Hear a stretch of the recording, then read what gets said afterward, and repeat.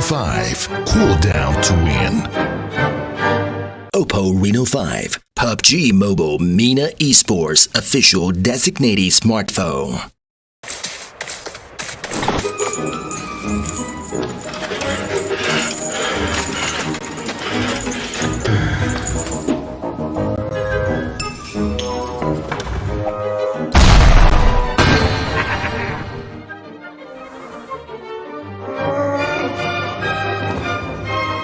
Oppo Reno 5. Hold it to win. Oppo Reno 5, PUBG Mobile MENA Esports official designated smartphone.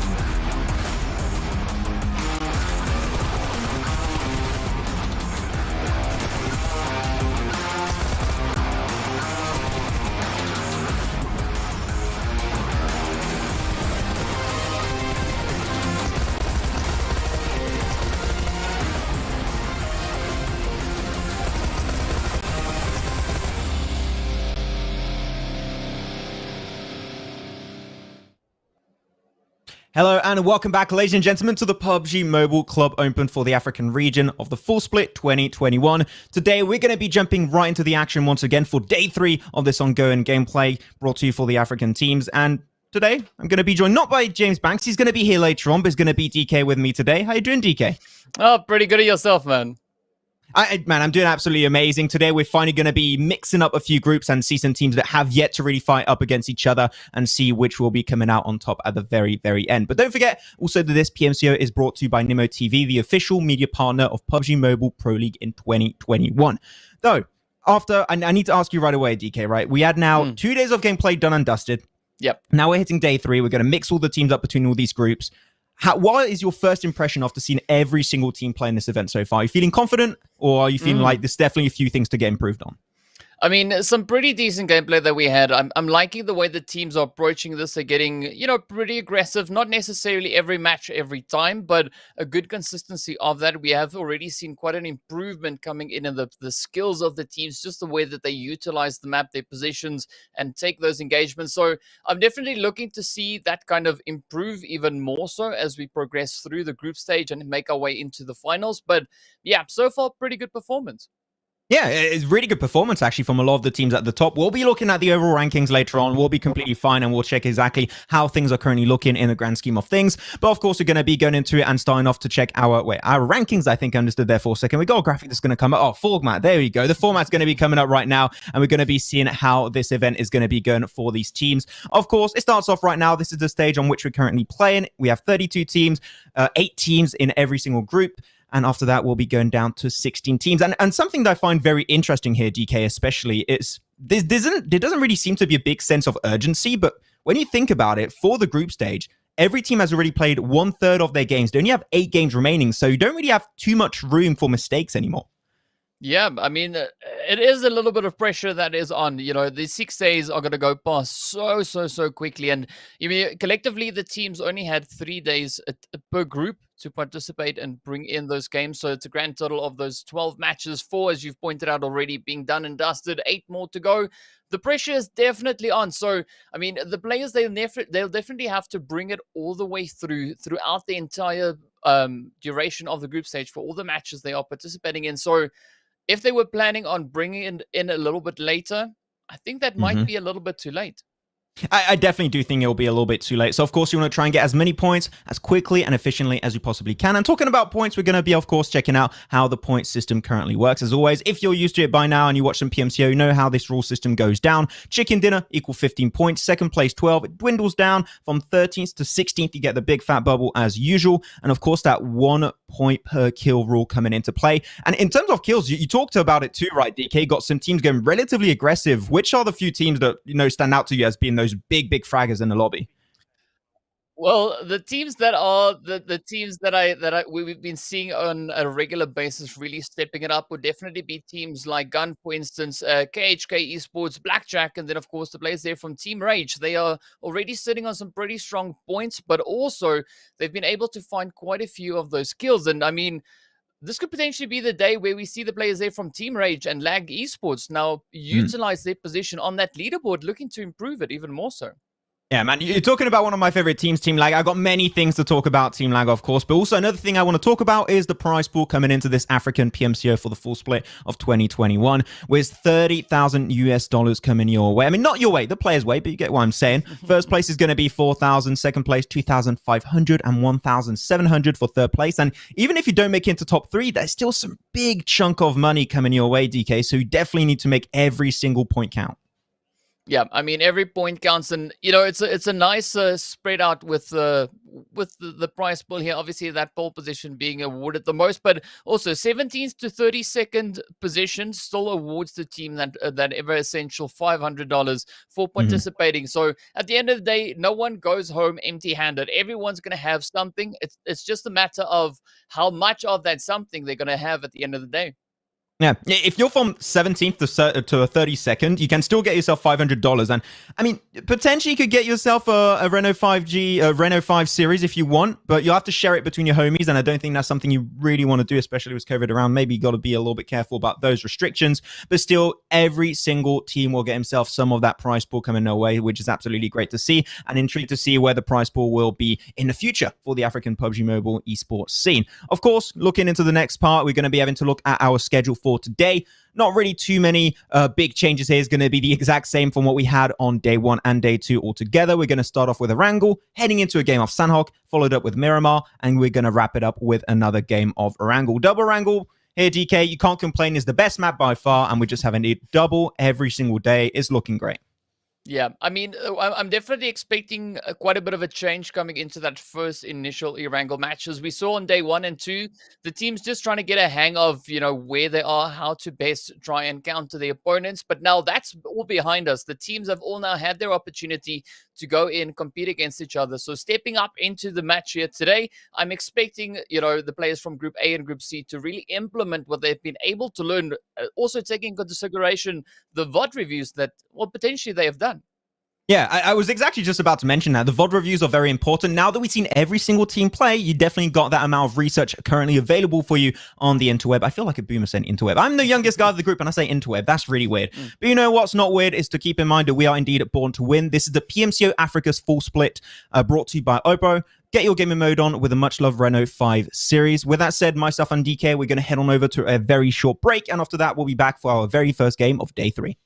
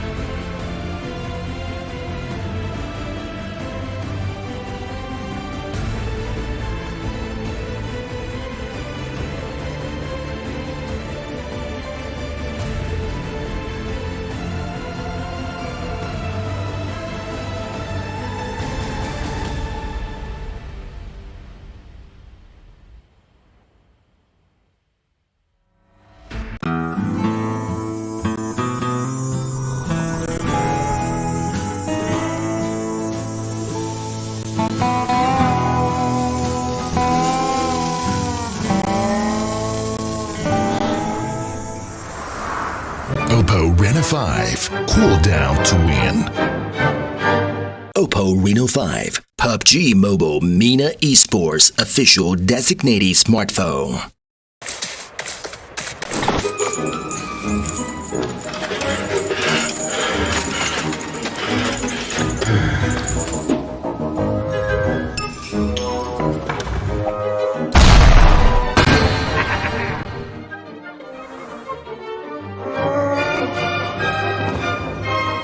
Oppo Rena 5. Hold it to win. Oppo Reno 5, PUBG Mobile MENA Esports official designated smartphone.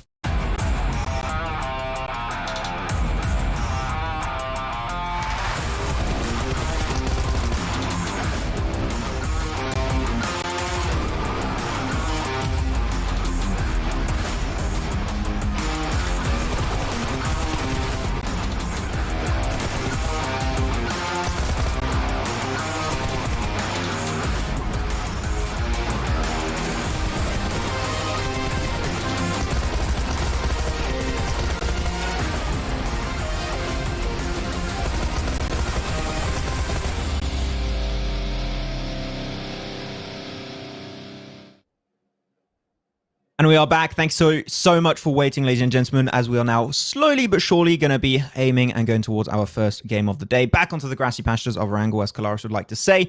And we are going to have one hell of a game, because when you're looking at all these teams that we saw play throughout, day 1, day 2, with all these groups from Group A, B, C, and D, we're going to have a closer look right here. Group A and Group C, in my eyes at least, DK, has some of the most stacked teams in this entire PMCO event. So I feel that we're going to have some real sparks going forward today. Yeah, it's definitely going to be quite an exciting day. We've got some returning teams. We've got teams looking to bring in quite a bit of a standard, looking to make a little bit of a reputation here. And, one of the teams that have a bit of a reputation, of course, is the side there of G3 Temper. So they haven't had the best time just yet. Potentially, maybe today could be that opportunity where they look to step up once again. So I'll be glued to the screen. Well, hopefully not super glued, but just glued to the screen, looking to see what the teams are going to do today. Yeah, don't want to lose too much skin on that super glue. You better be careful how you approach that one. But yeah, G3 Temper currently in 22nd place, actually, was only 16 points. 4 of those actually being positioning points. Got to try and work on that consistency a little bit. And talking about consistency, one team that I've loved, I was talking about it yesterday, was James, and I'm going to mention it again today on day 3. It is Team Lag. I think they have some of the best macro rotations in the game, and especially being consistent. We saw some teams pull some great moments of greatness every once in a while, but they would just sometimes just completely fall off. I'm feeling like potentially Team IQ. I'm thinking like Liquid Diamonds, but Team Lag, especially those 2 last games yesterday on Miramar and also that last game on Erangel, I was very, very impressed with how they played. And I'm just hoping that we can see potentially them have a little bit more consistency of not only for them, but also the other teams coming into it. Yeah, we're also going to be hoping that they have a little bit more luck. I mean, yesterday they were just having the toughest luck, especially on Miramar. Yeah. The kills and everything getting stolen away from them. But now we're getting ready to move into Erangel. Yeah, ready to move into Erangel. Of course, we are going to be born to win coming into this. Welcome to the exciting match brought to you by Oppo. Get your gaming mode on with a much-loved Reno 5 series. Erangel, though, is going to be also very much well-loved, as we're going to be seeing how these teams are going to be dealing with the first game of the day, with Group A and Group C mixing up and creating a 16-team lobby this time around. We'll see. Pretty northern playing path. Not really what we're going to be hoping to go for this time around, but it seems like we're going to have a little bit of a restart, and that's fine. That happens every once in a while, so not too much of an issue on our end. We'll just potentially have to do a little bit of a quick rehost to get the teams and the players back in. We're just delaying it a little bit to get the teams potentially more in the mindset of, the game's actually happening. They're like, you giving it? No, actually, we're taking it back. Yoink. But that's going to be fine. But other teams that we talked about, and you especially mentioned G3 Temper this time around, other teams that you're like, they started off very poorly, just like potentially G3 Temper, and you want to see a lot more of them that have true potential. Ooh, I mean, that is quite the difficult question. I mean, maybe the players there from Arilla Insider. They've also been performing exceptionally well in some of the more regional stuff here. So definitely looking to see whether or not they're going to be able to continue with that momentum. They are currently up in 8th place, so not the worst spot to be in. Then we also have the players there from Seven Sins, Arts of Killing, right there alongside them. So yeah, again, 2 other potential teams to be keeping an eye out here for today. Yeah, I agree. I was even going to mention a little bit about Fainted AF, even though Fainted are not playing today. They're actually from Group D, but there's some very clear things where teams can work on. For example, I think Synergy. I think that's something that we saw a lot yesterday and even day one, even I was not casting it that day, it was just you and James. But I was looking at some teams pushing, sending it one by one. Hopefully, we're going to see some very clear improvements on that front hitting today. But with that said, we've got to go to a very quick break because you've got to try and reset this lobby back for the teams and the players and get ourselves back onto the game. So with that said, we're going to go to the break and we'll be back in just a bit for real this time to get ready with our first game of the day.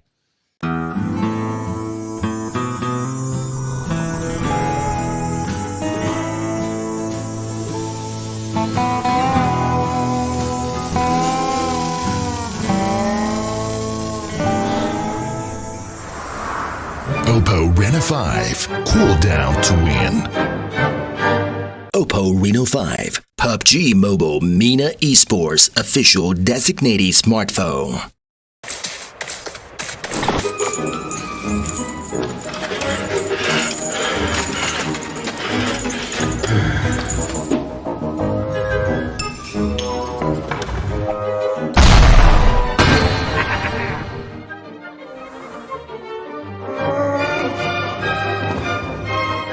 Oppo Rena 5. Hold it to win. Oppo Reno 5, PUBG Mobile MENA Esports official designated smartphone.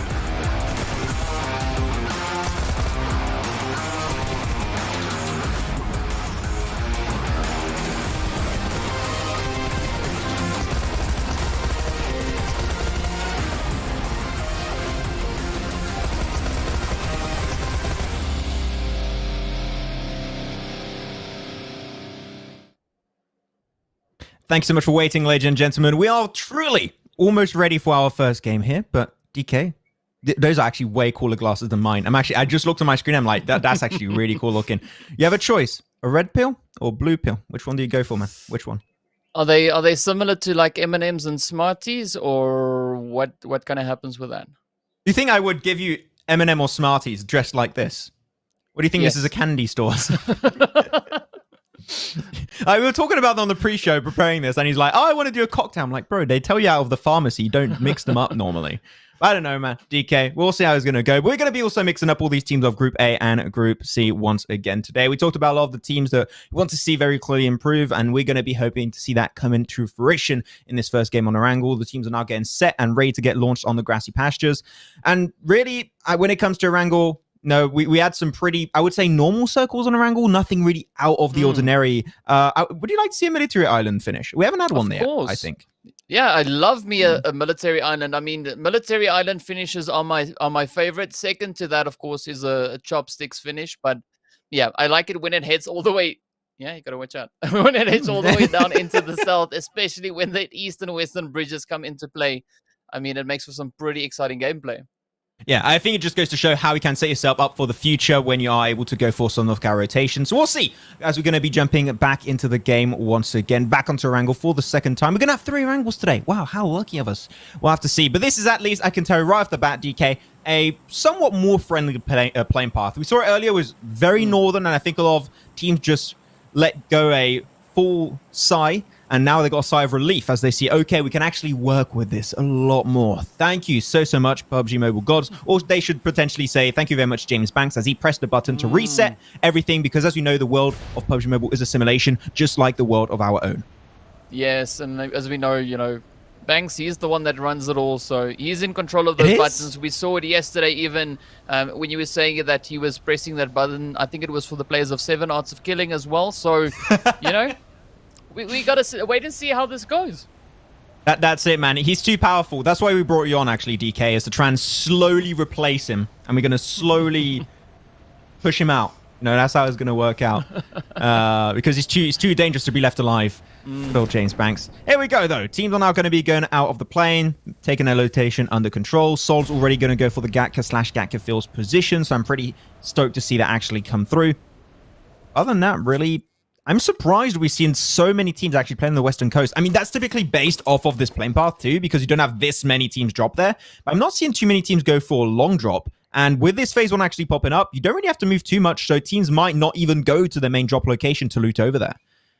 Yeah, this is definitely quite an interesting zone. That flight path really throwing things to the wind. And now, I mean, looking at that first initial zone, it's looking quite comfortable. Not a super aggressive zone shift, but hopefully it gets a little bit wacky from that point on. Maybe a little bit nutty even. But now, looking up in towards South George, rather, we got the potential bit of action coming through. I mean, we got the players from Zero Tolerance Skills holding up right here alongside the players coming in from TMB. So, yeah, maybe Tropa will bring it in and get a little bit aggressive. You're talking about nutty. Are you like, do you prefer the normal M&Ms or the ones with nuts in it? Oh, both. I as long as it's got M&M on it. No. There's no escape from that question. It's not like I like both. I like everyone. What are you, Imperium? No, you got to make a decision, man. Okay, you got to actually go down and say I like this one more. Which one? Well, I'll go for the nuts. The one with these nuts. Okay, good answer. Okay, the shots are now going to be exchanged between these two teams. GMB taking a little bit of damage. Borjax will have to be careful of his whereabouts. But of course, now that the teams are fully aware of these two positions being locked down in Northern George, they're just going to move away, really. I would not recommend this fight to go any further now that you know the teams are there. It's very similar to Yasna, I would say here, DK, where you got so much space, two teams could very easily live next to each other without having to fight. So I would say TMB, if they could, just don't force it. It's definitely not worth it in the early game. Yeah, but I'm definitely curious to see what the teams are going to do, whether or not they're going to try and challenge each other, because this is definitely not the point for any kind of massive play. The teams need to get proactive. They need to get aggressive. They need to, show if they are able to dominate that leaderboard, because, I mean, the time is slowly but surely starting to run out. And now we see the players here from 21st Century just off in the distance alongside the team here from the Rilla Insider. Red Insider, they've been showing some good potential. The same there for 21st Century as well. But will this be their day today? We also have, the situation that comes in now and again. Teams not having the best day.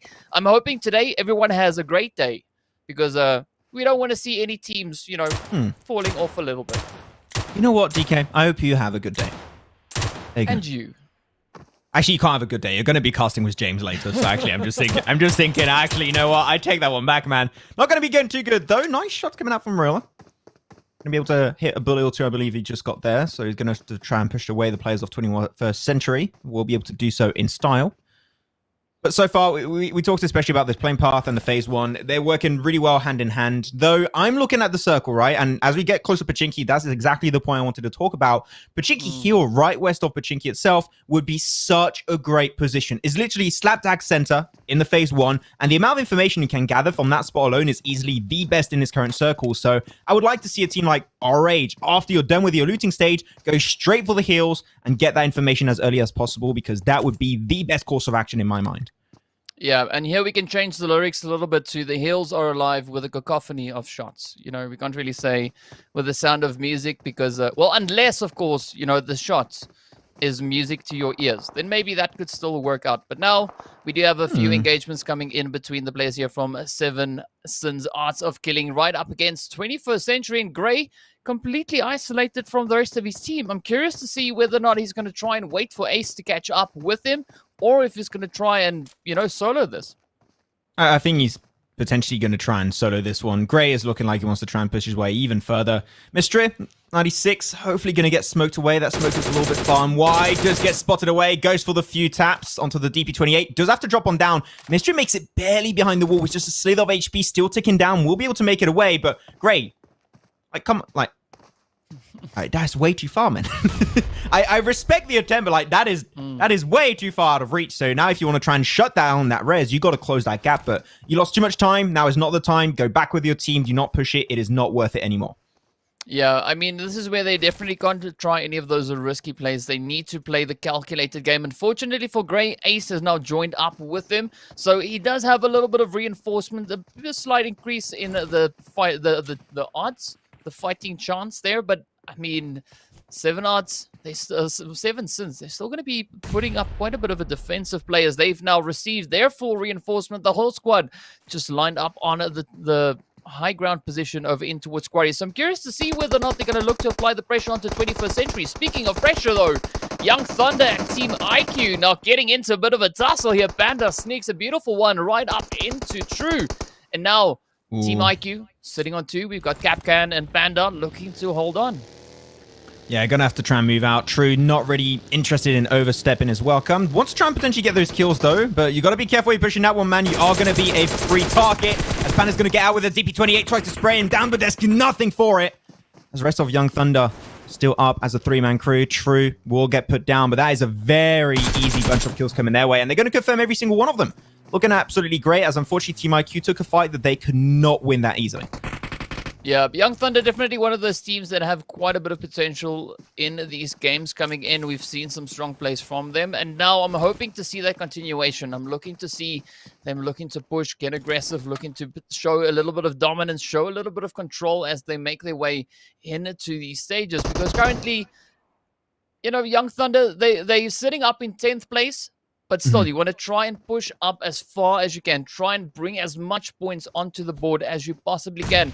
Because the top 4 teams, they are quite comfortably sitting on over 60 points apiece. And, moving in from that 5th place downwards is only 40 points. So still quite a bit of a disparity in between these teams. They need to try and close those gaps. Especially when you only have 8 games remaining, right, DK? You want to make sure that these teams do not run away with the lead after today and tomorrow. If they do, with 8 games, run away with the lead and only 4 games, closing that gap is relatively complicated. So you want to make sure you don't allow them to run away with it. Otherwise, they will not only secure themselves a spot very easily into the finals, but also they might just be one of the few teams to make their way into the EMEA Championship. Let's not forget, this is what we're aiming for. You don't only have the $30,000 prize pool. You got that one very, very contested one spot right into the EMEA Championship. Means you're not even going through a PMPL to qualify to it. You're going straight to the big boss at the end of the game, and that will be huge for one of these African teams, and we'll have to see at the end of the adventure who that just might be. I'm liking that this fight hasn't gone any further, but I'm surprised, DK, that 21st Century have yet to move away. They're sticking to their guns, which I personally do not agree with. This is a risky position to stay on. Yeah, especially seeing that Seven Sins have that beautiful high ground play, and they could at any point start to leverage it in their favor. But also now taking into consideration the zone is about to close up, it is about to shift, and I don't know whether or not they're going to be safe within this coming phase. So they definitely need to plan for that approach as well. And just looking at where it's gone, they definitely now need to start thinking of that rotational path. I'm really happy when we see Team Lag actually going for Pachinki Hills. That makes me really happy. It gives me like faith in humanity again. So I'm really stoked about that one. But I saw the position of Jassa. I knew it was strong, and I knew that was going to surprise the rest of Seven Sins. But there you go. That's the first knock coming on down. And Seven Sins, DK, they're so on top of each other when you're literally trying to defend such huge area, which is Quarry. It's humongous. And yet you're staying on top of each another. You're allowing yourself to get backstabbed easily, which is just what happened thanks to Jassa. And Breno got knocked down. Luckily enough, could get rezzed up. But that one knock allows the rest of 21st Century to close that gap, get close and personal. And that is when they're going to try and strike while the iron is hot. Yeah, but I mean, this could be a beautiful opportunity now for 21st to try and get right out of this position, looking to potentially disengage. But Jassa now just holding that off-angle approach. They're looking to see if he can secure that rotation for his team as they look to get their butts right out of there. But now, man, it's going to be a pretty tricky approach. And Seven Sins, I'm hoping they've got a vehicle at the ready. I think so. I think when you make it into Quarry itself, even though they did drop it, but Quarry's got a few car spawns at the bottom of the valley, I do believe at least, so they should be able to loot those up without too much of an issue. They're leaving Jassa behind. Unfortunately, you got a buggy, you don't have a third seat, so you're going to have to make the run work out, Jassa. He should be able to make it happen. It's fine. He's still got himself a few seconds before the circle starts to close off. And he's just phase 2. He's got himself quite a few band-aids and also quite a few first aids. So he should be relatively safe. But now your focus should be to rotate. This is a pretty big hard shift over to the eastern side towards farm. So they're going to have to do the most distance to actually make it into the safe zone. Yeah, and I mean, speaking about safe zone, we definitely see quite a bit coming in towards that region over in Pachinki. Pachinki is really starting to get pretty jam-packed with players and teams. And I'm curious to see just where exactly this is going to go because, I mean, these hills already being occupied by the players coming in here from Honored Souls, Zero Tolerance skills right down below. Man, it's not exactly that rotation that we were looking for, looking to see, you know, the players there from RH who dropped down over in towards Pachinki moving on to these hills. Yeah, it didn't quite happen, unfortunately, but it seemed like other teams were able to take it for themselves. So I'm not going to argue. As long as the team's here, I'm pretty much happy-chappy about how things are coming down. Though, under Souls Africa are going to have to just make sure they keep that information game coming their way. Don't really have to force that fight. Don't have to go the extra mile. Just stick here, wait for phase 3 shift. If it moves away, you can pull off one of the best rotations in the game off the back of that intel you gathered beforehand. So just remain there for the time being, and we should be completely fine. About to go into phase 3 though, very soon. We're already halfway done with phase 2. I like this position coming out from Zero Tolerance skills. It's a pretty interesting one. It's hard if teams are coming your way, so it's not the best to defend from, but it's good as a temporary location, but you don't want to play the long game here. So I want to see Zero Tolerance try and already think of a plan of what is going to be the next move for us. When are we going to move? How are we going to move once the circle moves away? Because we pretty much know, DK, that the circle is not going to come their way. Yeah, it's going to be a pretty tough one, and already we see a few vehicle hits coming in the kill feed there as well, but quite a bit of congestion coming in over on towards this western front. J-Roller getting knocked right on down, but will they now be able, the players here from Insider, will they be able to make a bit of a bounce back there? I mean, Hawkson, he's just looking to get that knock, continue on his way on through, but up ahead, this is just to show how congested it is. The shots fly straight on through. What? Okay. I think we're looking at a different game mode here. This is not the Battle Royale game mode anymore, man. I think we changed, right? This is an interesting one, but Zexis will be able to get himself a few extra casualties, I would say, along the way, as INS did have to move out of the way. Matrix did go down. Very interesting that we had a play actually call like that after our skit at the very start, but you're going to have to move out of that position entirely. In the valley, a lot of teams currently have the information on their side, and there's not really too many positions on the west you can hold on to. Lag are moving into the background. Leader will take control of that double warehouse compound, I do believe, which would be a great position in this kind of circle, as they're now sending the entire team forward, and only Flacco is going to be in that position trying to defend it, I believe. So that's not going to be an easy position to defend solo.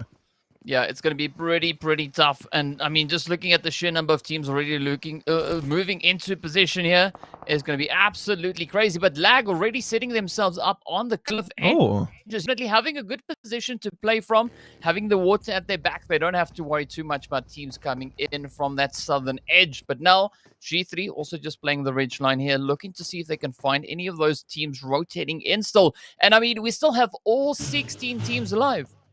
I'm genuinely surprised no one went for the double warehouse compound. Just right up north of this location. Lag didn't go there. Flacco was in there, but just decided to move towards the coastline with the rest of his team. So that could mean many things. One of those, they know a lot of teams coming their way. Talking about coming their way, that's 21st Century. Going for push, picking himself 1 kill. And they will be instantly picking it up for themselves. They're going to be potentially looking for the second. They heard a bunch of footsteps onto Steph. That nade is going to be cooked up. Looking pretty good on the throw. We'll get some decent damage onto Steppy. He just gets absolutely destroyed from the back by a play of Young Thunder, actually. They just snatch away that kill away from 21st Century, as now they potentially are going to be remaining in this position and getting some extra loot under their leaves. Leaves? Sleeves? Leaves? I don't know. I mean, they are under trees, to be honest, so I guess I'm right in a way, but yeah. Yeah, they maybe just looking to branch out a little bit. We're not quite sure just yet, but we'll have to wait and see. Was that on purpose? Come on, that was on purpose. Yeah, of Yeah. course. It's always on purpose. Just make sure they're not barking up the wrong tree, though. Okay, no, stop. Well, one was fine, okay, but not anymore. We got to stop it right now. But no, I appreciate the originality coming in. But I want to say Youngblood all the time. I really like the singer, but no, Young Thunder remaining in this compound so far, sharing it with another team nearby. Not going to be moving away too much. We're about to go into phase 4. We'll have to see where the circle's going to be taken. There's still 15 teams, so I'm liking it. We're not seeing these big early fights happening. Teams are relatively respectful from each other, and it's not just happening in day 1, day 2 when teams didn't know too much about each other. It is an actually really big, consistent occurrence. Yeah, and that's quite a healthy competition for the teams here. But now as we move into that next phase, again, we see the players from Lag G3 as well as the team coming in there from MZR Esports already set up beautifully. The team there from Influence Rage now looking to rush a little bit further up, looking to gain a bit of control in the region. But of course, they're heading straight up in it towards Flacco and the rest of G3. And this is where this lobby is going to be absolutely lit on fire as we make our way into these next few phases. MZ just holding on, looking to see if they can find a decent play. But here we go, that double where rush you were talking about. Here is now the time for G3 to try and make that comeback. Finally, I was so surprised. Why was no one going for this compound? It's literally one of the best in the circle last time on phase 3, but finally teams understood the value of that position as nades are going to be exchanged. Sully trying to weave his way into that building. Still got nades in hand, getting closer, making those nades even easier to connect. And that nade looking good onto Gunner. Potentially could confirm that kill does put him down to 50% HP. And he's still going to be slowly but surely ticking his way down to his inevitable death. The second nade might be enough, but Gunner remains alive. Surprised no one's going for a third party. I thought some teams up north or over to the east would potentially try and strike at that great opportunity, but no one's going for it. They're just leaving that fight happen right now. Yeah, I mean, it's a pretty interesting zone to see, but again, now the northern side really starting to heat up as Zero Tolerance and the players there from R-Rage are going at it. Meanwhile, Influence Rage still trying to secure the compound, being reduced down to only 2 remaining players. G3 getting their numbers back up. Gunner still having to adjust the health bar ever so slightly, but now Sully and Hainsley, they need to make a decision. Are they going to try and potentially get out of here, or are they going to try and hunker down, get aggressive, and push back against G3?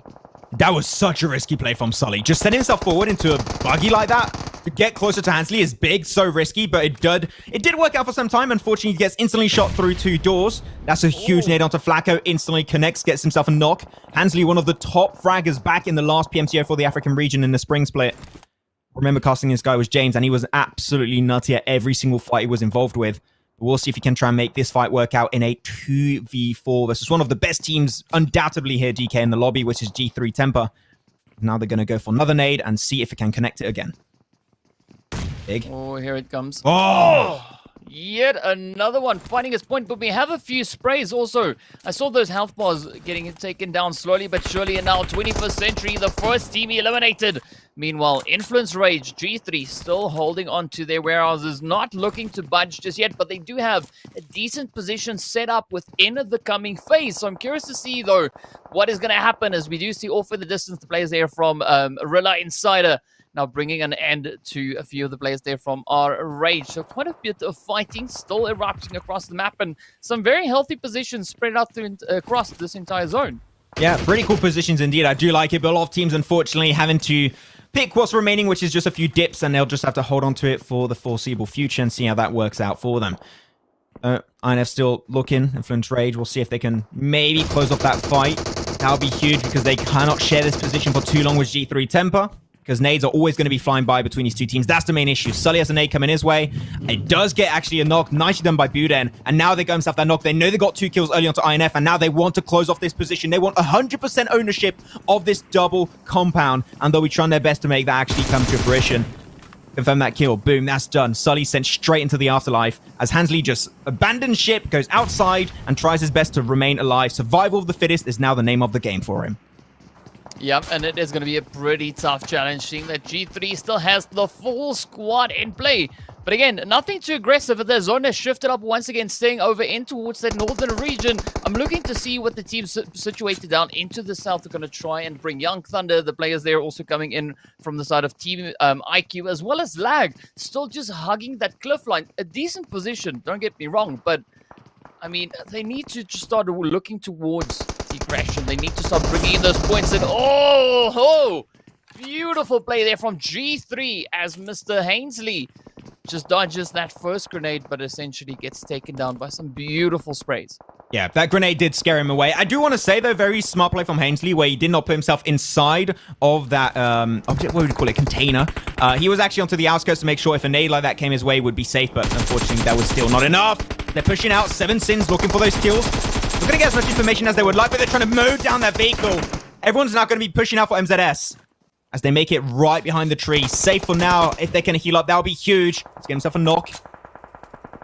That's a great play from Azexis. Now the smokes are going to be going wide. Trying their best to survive for the time being. If they can go and get access to that hilltop, that would be huge. But right behind them, the Souls, this team of Mazexis is just completely pinned down, DK. Yeah, it's going to be a really tough fight to try and get out of that one. Oh! What is going on? This is now a beautiful opportunity for Mazexis to try and step up, claim the lives of 7 Sins. Manfilas, you're fired. What was that? That was disgusting. Skullwall trying to push his way forward, and Manfilas just ruined everything. No, this is like the biggest anime plot twist I've ever seen. Worse than freaking Death Note. What is this?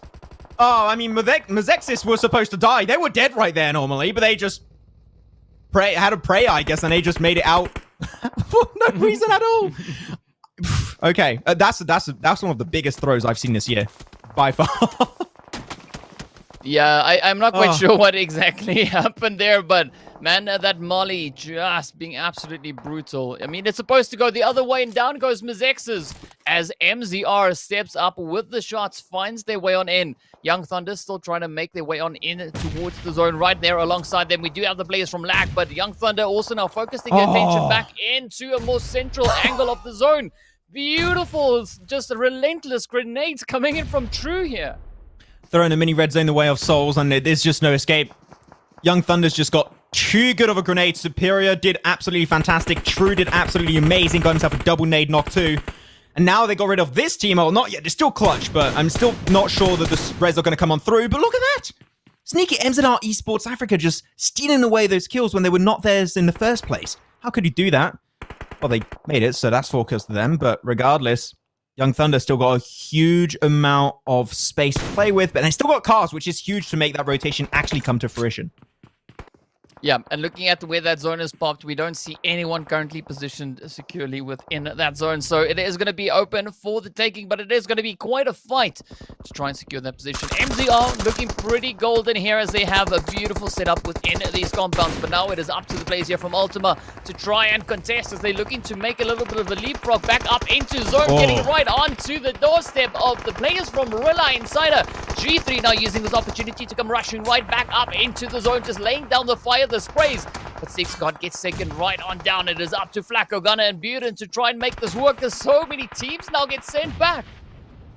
That's such a feels bad for Ultima. It was a really good idea, don't get me wrong. Keep playing on the back end, send the entire team forward. But when you have very little information and you have not created a fort for yourself beforehand, you send one player, then the rest of your team. There they did it the other way around, and it really hurt their chances.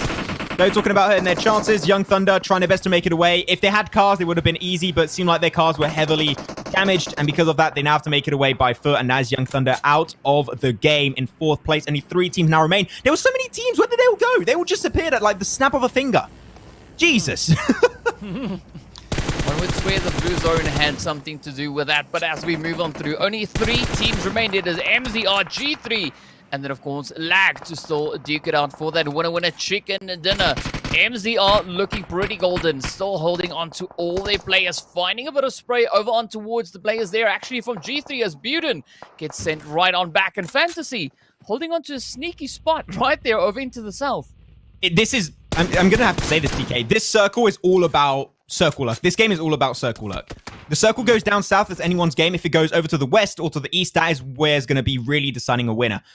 I forgot about Fancy there. Sorry, mate, but he's still just going to be chilling. He's going to be prone down, potentially known a few teams are going to be around him, which is not really the case. So he might be having a chance of stealing away a 2nd place. Chicken dinner itself seems very, very unlikely. He's just going to have to be careful. That Blue Zone tick damage is going to be hurting him pretty quickly, and got spotted out actually by 6 gods. So that's going to be Team Lag out in 3rd place. But really strong rotations this game, and will be out in 3rd. That's a lot of points coming their way, 10 to be exact. So keep it up, boys. But now only 2 teams, G3 Temper, fighting their way up to see if they can actually get himself the win. And look at that circle here, DK, coming their way a little bit further down south. If they have the cars to make it happen, this could be their game.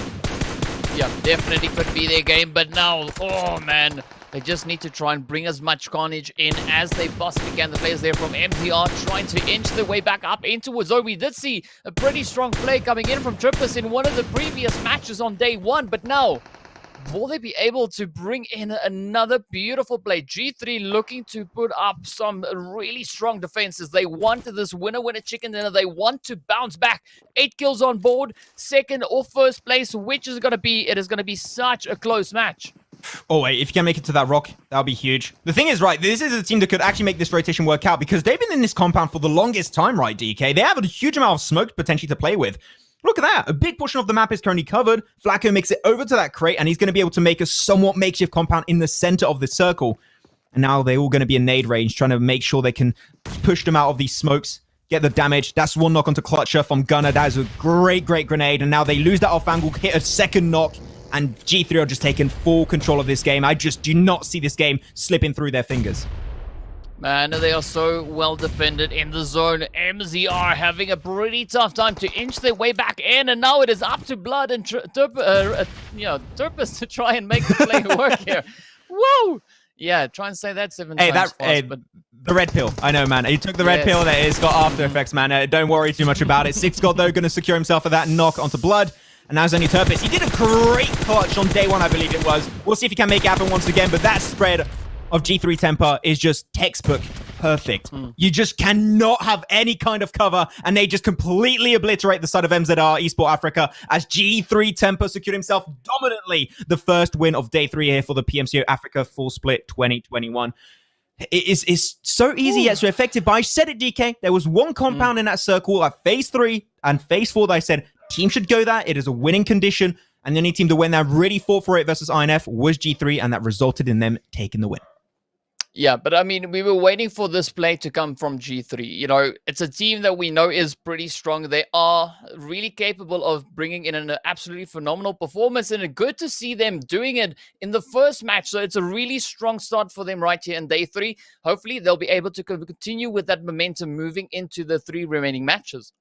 Because they were 22nd before this game. It was only 16 points. Yeah. They just doubled, even potentially tripled this. We'll have to look at the rankings. And talking about looking at the rankings, we're going to do that right now of this game, at least it is. We're going to get himself 27 points. Not quite doubled, but getting really close to that. So they can feel very, very proud of their current result. Why am I saying even double? No, tripled almost. So G3 Temper got himself so many good opportunities, and they struck gold every single damn time. Fantastic to see. Hopefully they can do even better in the few games that are remaining today. 2nd place is going to be MZR Esports Africa, that really, DK, when it comes down to it, had a little bit of circle luck, but able to get himself still a few kills along the way in that position is not an easy feat to achieve.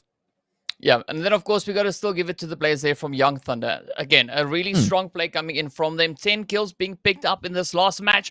A really good way to go. But now will they be able to continue again with that momentum moving in to our aggressive match, which is going to be up next. But looking on the rest of the second page here, you can see the players there from Zex, Zero Tolerance, Seven Sins. All these teams not really in the most ideal position.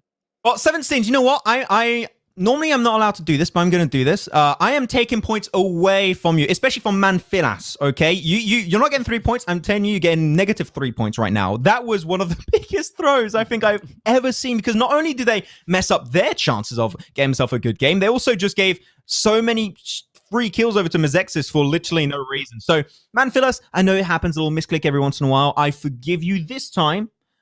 But you can't allow that to happen on a regular basis, man, because that was way too much. So we'll have to see.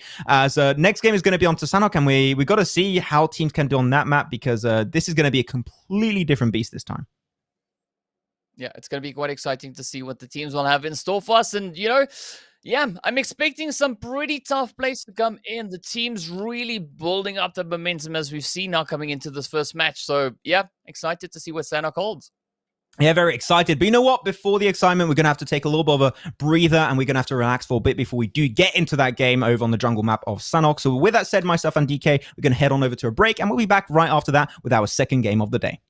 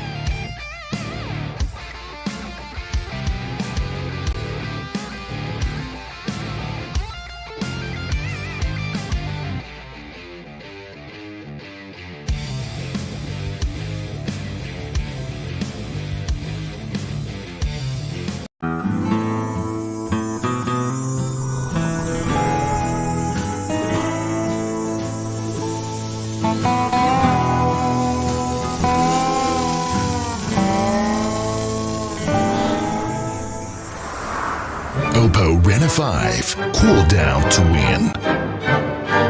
Oppo Reno 5, PUBG Mobile MENA Esports official designated smartphone.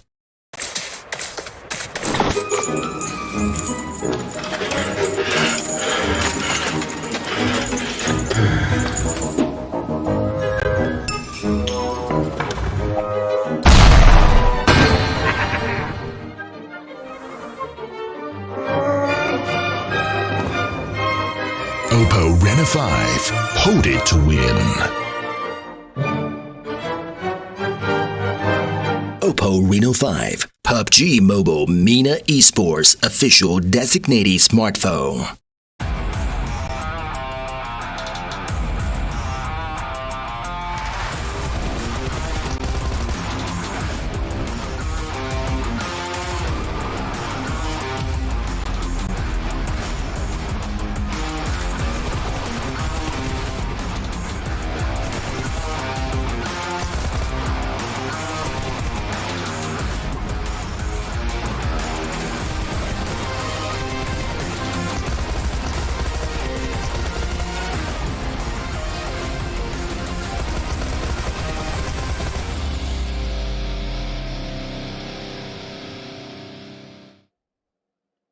One game already in the book and 3 more yet to go. We're going to head on over now back to the map of Sanhok this time around. It's going to be our third Sanhok of the entire PMCO Africa for the full split 2021 season, and we'll see exactly who will be the king of the jungle at the very end. Once again, my name is Maxman, going to be joined by DK for this second game of the day. And really, I got to say, we had some great showcases of teams last game, but one thing you were talking about, DK, during this break is you haven't really seen potentially the results of VOD reviews being done too heavily. And I agree with your point there. It does seem like teams are still a little bit going into the unknown from time to time. Yeah, I mean, it does look a little bit to a certain degree that the teams are still kind of winging it a little bit. Yeah. But yeah, essentially we want to see those VOD reviews reflecting in the gameplay, that they know, okay, well, this is kind of where we could be expecting, you know, team A, team B, whatever the situation is. And I'm hoping to see that definitely develop as we progress, not only through the group stage, but also, you know, the entirety of PMCO. Yeah, hopefully that's what we're going to see. But I'm going to give a little tip here, because I think also we might have some players and teams are going to watch this and like, well, we don't have to do VOD review. Well, we don't know how to do VOD review properly. One very easy thing to do, and this is something that Bigatron, one of the best teams in the world currently in PUBG Mobile Esports over in Indonesia, do, which is you take yourself a map. It could be a real map that you have on a wall, which looks pretty sick, by the way, as a background, or you can just have it on like your Photoshop or something. and you just look at the VOD and you quickly scan through the map feed and you just put little team logos where they drop and where they rotate with like little strings or just little lines, and then you'll know how teams rotate typically. It's a good way to prepare yourself before going into a game because you got time to prepare the lobby typically, and before you go into the lobby, just look at it real quick, make sure you don't get anything wrong. Because if you do, that could just be one game down the drain instantly, and then you should be able to avoid those hot drops and hopefully avoid those kind of early rotations if that's what happens. There you go. That's one thing that I see quite a few teams do coming into it, but we'll have to see. But talking about rotations, one map that's a little bit harder to rotate all over the place because of how the terrain is actually laid out is going to be Sanhok. Are there any teams that have potentially impressed you when it comes to this map? For me personally, it's Team Lag. I talked about that a little bit, but how about you? Is there a team that's like, wow, these are truly the kings of the jungle?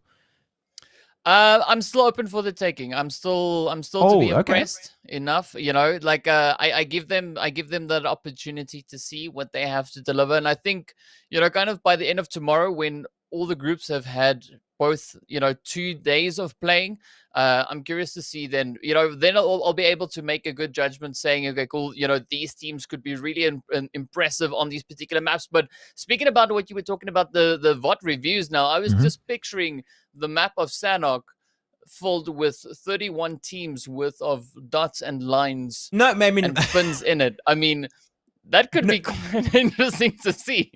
I mean, you're not going to put every single team there, okay? You're just going to put the ones of your groups you're playing with, and when you're in the finals, just 16 teams, okay? Don't make me say what I didn't say, okay? I know that's a bit too much to deal with.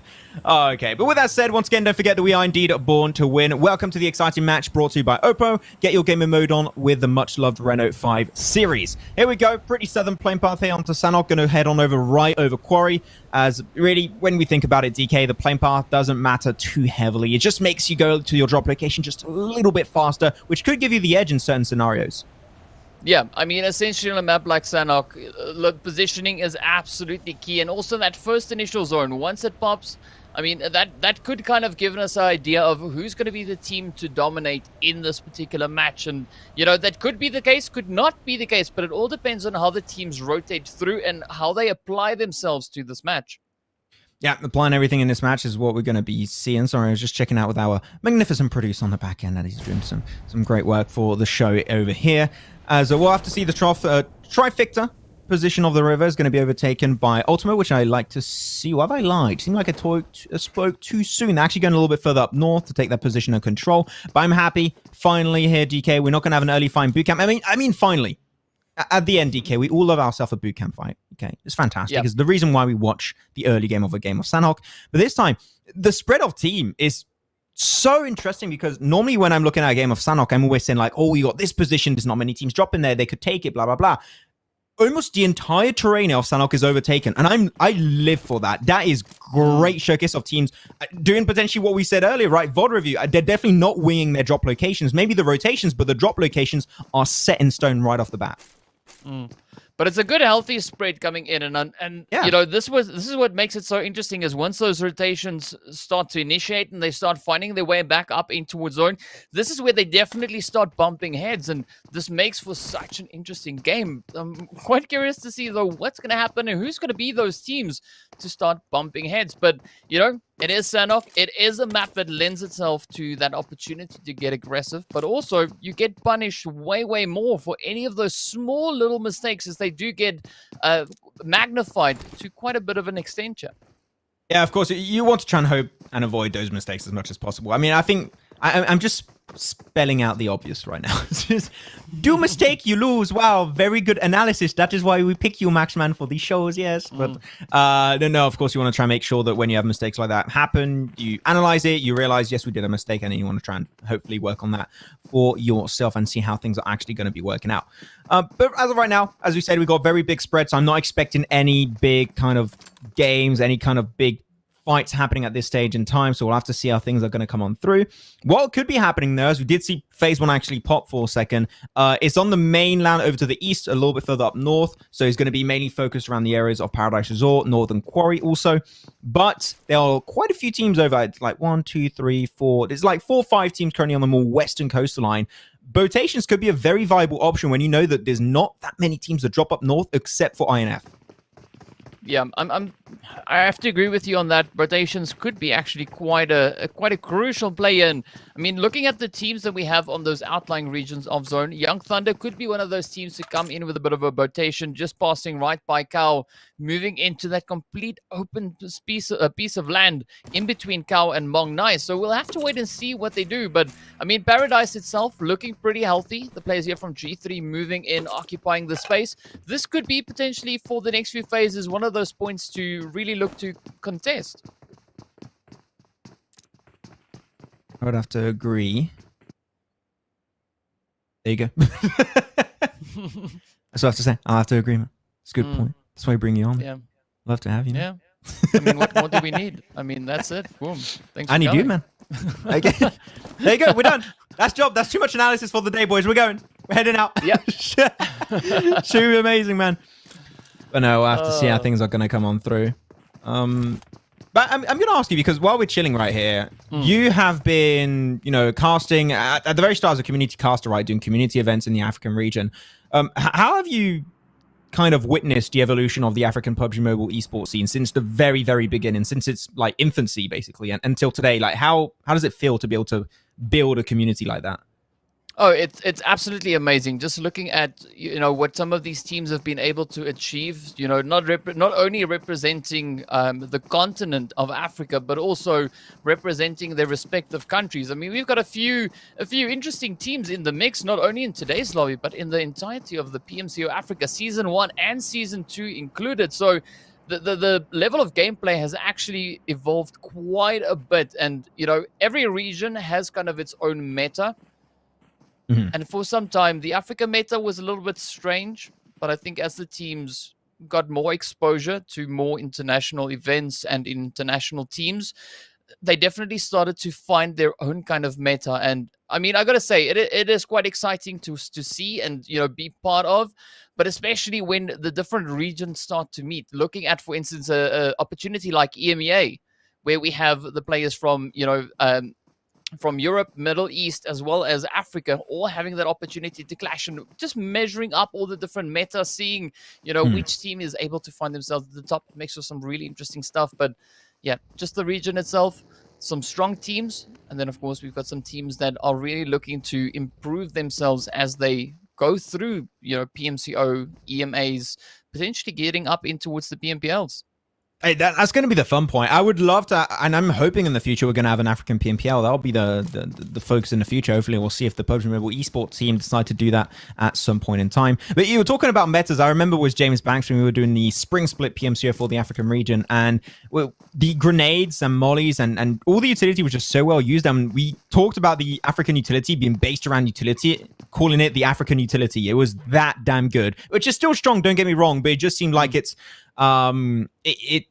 it now just feels almost in the middle of an ocean of great skills that all these teams and personal individuals have been able to improve on very, very drastically, which is great to see. So now it's not just their utility being good. They got a multitude of things in their gameplay that is looking so strong right now that they've been able to improve on, and I'm hoping to see that continue that way in the future. You never know. The day when an African team will be able to make it to the PMGC, maybe this year, maybe next year, who knows? But I definitely hope to see that come to fruition in my lifetime. Otherwise, I cannot die in peace, and I will be very unhappy about my life. I got to second you on that one. I mean, we can always, if we don't see that happen and we end up being restless spirits, we can go on a haunting mission. We can do a duo somewhere. We'll haunt Mamba. I don't know if you guys know Mamba, but last season Mamba was helping myself and Banks actually get a lot of information. So we'll be haunting Mamba until an African team makes it to the PMGC. That's how it's going to be coming on through. Sorry, Mamba. I'm sorry I picked you, man, but it is what it is, man.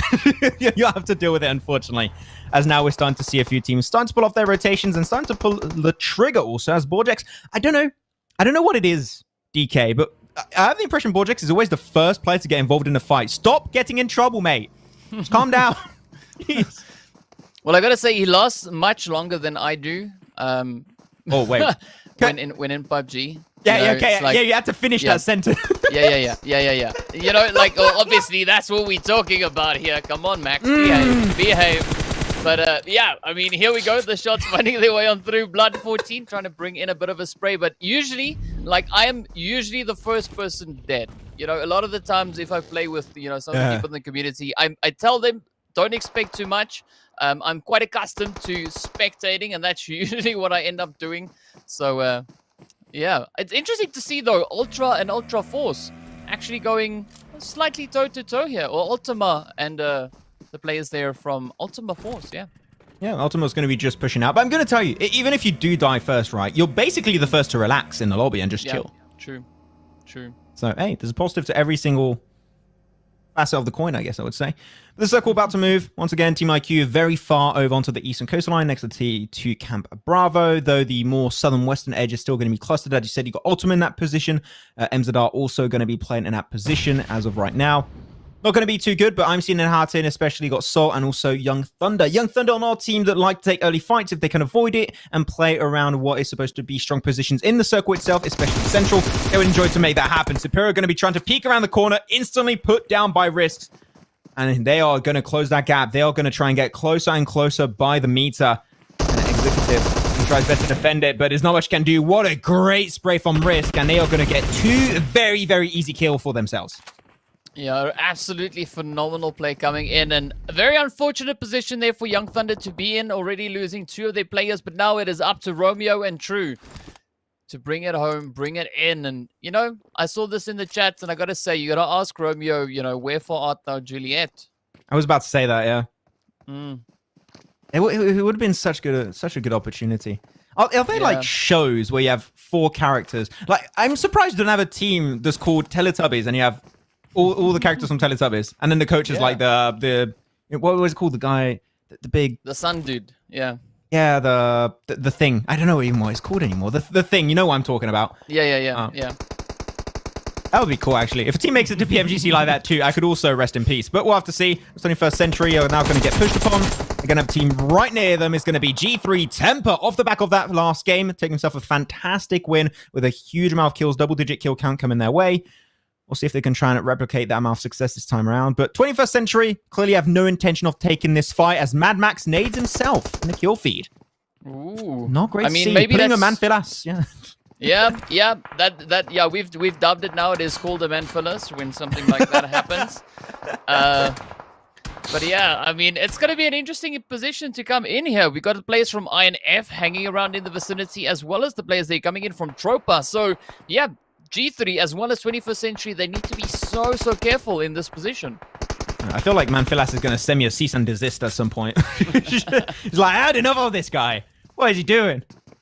Freaking Brits, man, I swear.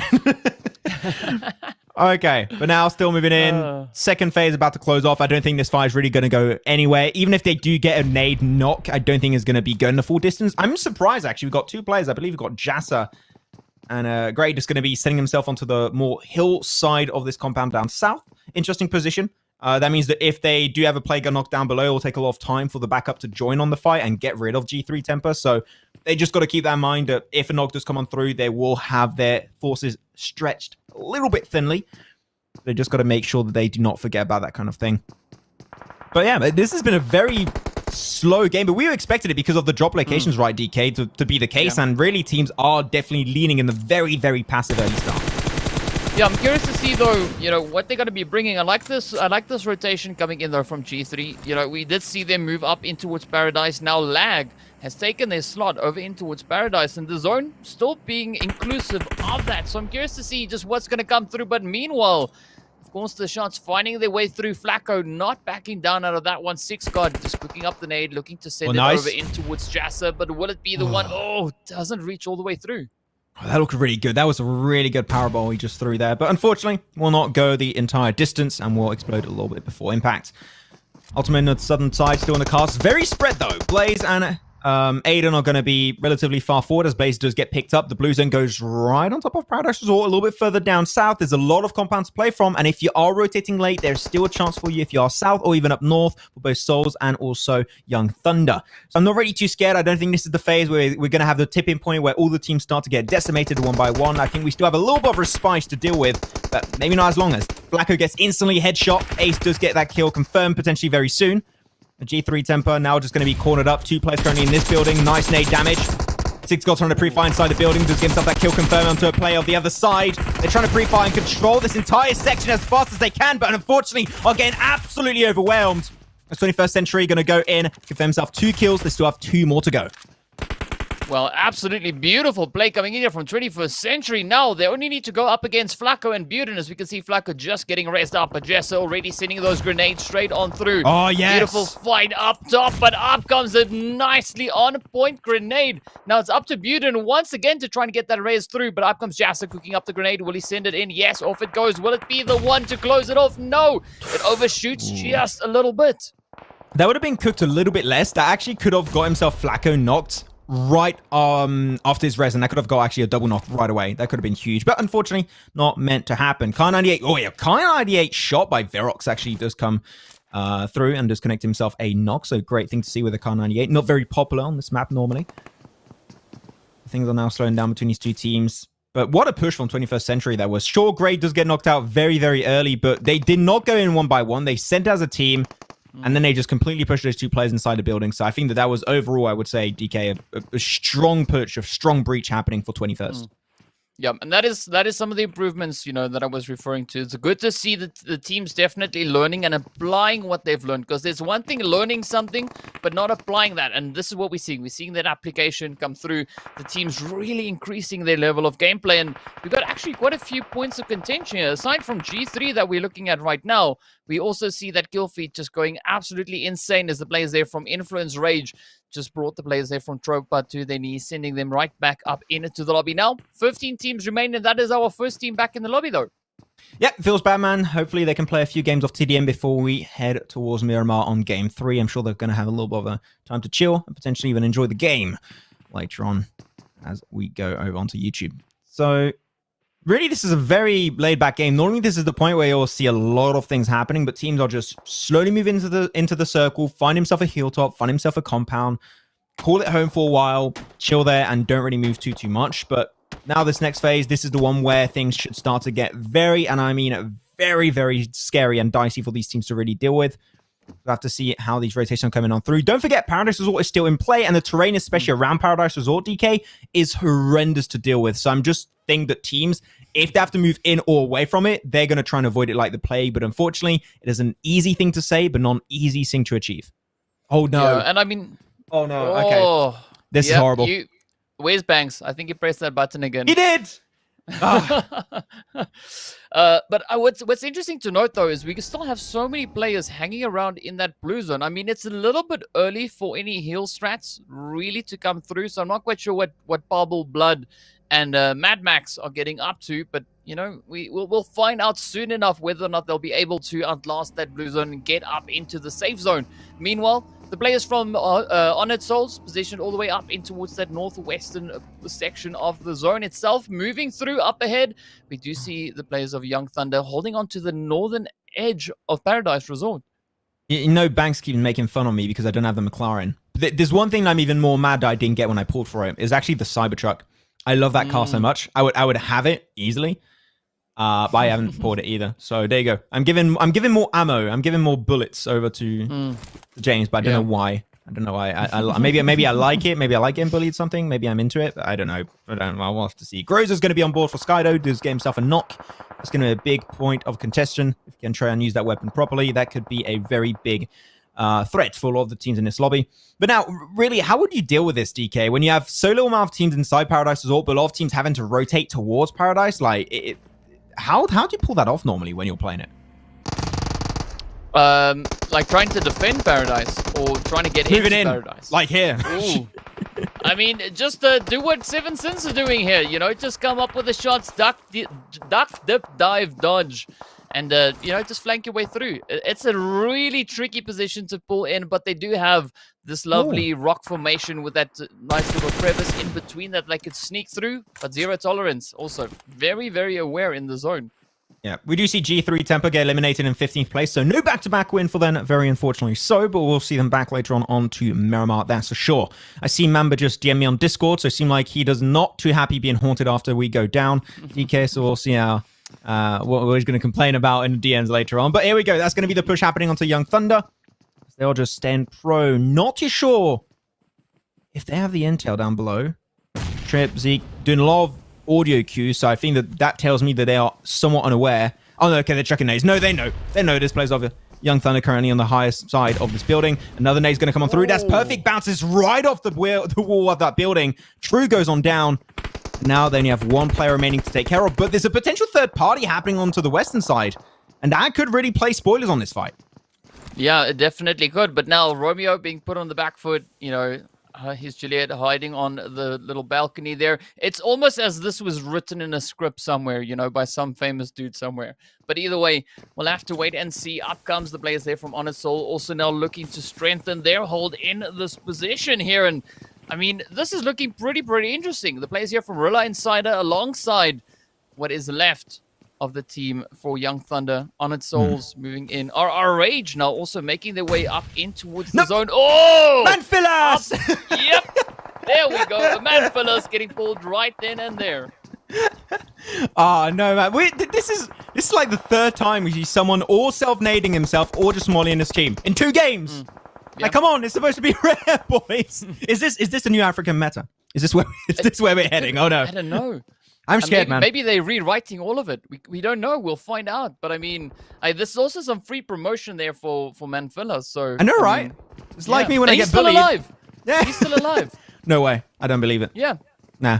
Yeah, I guess he hasn't looted a nade or a molly yet. That's nah, okay, we're trolling the guy, but of course just messing around. We do enjoy seeing the guys play and just having a little bit of banter with them. But still, a pretty big spread onto the more northwestern side coming out. Intrigued. Things are now going to be starting to heat up a bit. Zaxxas going to be able to find himself a knock. Getting more and more involved into the kill feed. There we go. This is the scene we want to see as teams are just going to go in as this D-Day, looking to knock onto the doors of Paradise Resort. Pharaoh, with no teammates backing him up, will get absolutely obliterated. That's the end for 21st Century, as Influence Rage are they're going to have to try their very, very best to defend this position. But unfortunately, that is not an easy feat to achieve. And Mazetsus are looking to close that gap even further. But Inspector's there, and they are completely unaware. And Einaf already up to 9 kills here, DK. Influence Africa absolutely popping off on this game of Sanhok. Yeah, I mean, this could be their game, but they still need to go up against the players from Lag. Yeah, well, we don't know. I mean, clutches could come from any place. And speaking about clutches, you know, the players there from Relay Insider, they've caught the Young Thunder in their clutches now. They're going to be looking to push on through, but Young Thunder coming in with a beautiful retaliation. But will Relay Insider now be able to close this one up? True and Romeo just waiting patiently. That is a little bit much of a pre-fire, but either way, can't say no to that. Up comes Strip, just up ahead. Molly's come through. There we go. That's good, Molly. Slows down the approach. Got himself some more nades. Right on the other balcony. That is huge. I love that. It's going to connect. Oh, it actually pushes out for a second. Trip will be able to barely escape unscathed. Go for a second nade. Surprise! Young Thunder actually have so many nades and so much utility to play with. Trip goes right into the Molly. Gets knocked on down. This is time to strike back. Young Thunder, this compound is yours and you are not sharing it with anyone. As Romeo gets the Molly, and that is indeed what caused the knock onto Trip. Zeke goes down below, and we're hitting the card to closing that gap. That third party is just bound to happen, DK. Oh, but also that blue zone is moving in on its souls, coming to sweep it clean and finds the shots up through. Oh, come on. Zeke now just holding on for dear life. True. Also trying to heal off, but he can't beat the blue team. RRH get eliminated. Down goes Zeke. Oh, will he be able to make it though? Okay, down below. Oh. Nah, there's nothing, man. You don't do that. We only got 4 teams, man. Just like last game, we just happened 1 minute and boom, all the teams in the lobby are just done. Now we only have 4 remaining currently. Now have Souls in this one, Influence Rage, Team Lag once again, loving how this team plays, and Sanhok potentially my favorite Sanhok team in this event for the PMCO Africa full split. And we'll see if they can try and once again find himself a good finish this time around. They got himself a top 3 yesterday. Now they may be looking for another one, and if they can close it off with a win, that'll be huge. Jiffer just trying to pop a few shots at the compound. What did that compound do to you? Nobody knows. But still, he goes down as Ultimate get eliminated in 4th, and now we're down to the top 3. We'll see who's going to be winning this dance. Yeah, man, it's going to be absolutely tough. But now, INF Inspector comes in to close it off, gets the confirm onto Berserk. Now 8 players remain, 3 teams still alive. INF sitting on 10 kills, right up in towards those double digits. But will they now be able to move on? As we can see, Honored Soul sitting on 6 kills. We got Lax sitting on 5. Still have quite a few players trying to find their way on in. That zone being so difficult, but it sits all the way in favor of Zodiac. Down he goes. So there's no one left to troll that zone. Zero, beautiful position, just lying in wait, looking to see if anyone's going to dare venture up into his line of sight. Untitled Souls Africa got himself 2 players. Influence Rage got himself 2 players also, and Team Lag got himself 3. Man Advantage says that they should be the team to have the advantage, but the circle is forcing them a little bit towards the open arms of Souls and also INF. Inspector hugging the wall right next to Risk, but utility's still going to be exchanged. Nothing will connect for now, but Zero, that one position of Zero here, DK, is the one that could seal the game, seal the fate of these teams, and allow them to secure himself the win over here on Sanhok. That position of Zero is everything. Yeah, that could be the 0 to hero play right then and there. So we're going to have to wait and see if Zero's got it in the bag. Because Zero is currently sitting on 0 kills as well. I mean, that we saw that in the previous matches, someone pointed out in chat. But here we go now. 7 teams remain. 3 in favor of Lag. 2 coming in for the side there of Influence. 2 coming in for Honored Souls. Oh, still so much pressure remains. Oh, there we go. There you go, jumping out. INS still got himself 2 players. Hansley will bite the dice first, and now they're going to jump on Uber. Fantasy, jump off the balcony. He doesn't even have to, man, as they are just so damn good at the game. And that's going to be Team Lag finally securing himself a win over here onto Sanhok. That's another top 3, and this time around, it will actually result in the win coming their way. Huge game from Team Lag, with one easily, I would say, DK, of the hardest rotations to do in a hard finish like this on Sanhok. It finishes right inside, not on the outskirts of Paradise Resort, but inside Paradise Resort, getting in there as a 3-man crew and winning the final fight. Team Lag are just miles ahead when it comes to this map, in my mind at least. Yeah, and I mean, the final play came in from Zero. He was the one to put the nail in the coffin. I mean, he got his 1 kill, but also it was that 0 to hero play. So well done to Lag, absolutely phenomenal finish. And gotta say though, the players there from INF as well as Honored Souls, they also brought a pretty strong game all the way into that final position. And it was so tough to play in and around Paradise Resort, especially for those final few zones. The one thing I love too is that we're talking about how Zero was doing so good on his position we mentioned. We also got to give a lot of props over to Leader in my eyes. He put himself right on the side of the buildings, right behind that wall, and he was making sure that nobody could actually jump out of the balcony. And if they do, instantly going to get shot their heads off instantly. So it was great to see. But we're going to have to look at the match rankings right now after this game to see how many points were secured by Influence Rage Africa as they secure himself 24. But Team Lag lacking a little bit in kills, but the rotation and the macro was still on point. Really, these are 2 teams that are just showing up so well, and I'm really happy to see them pull it off so well.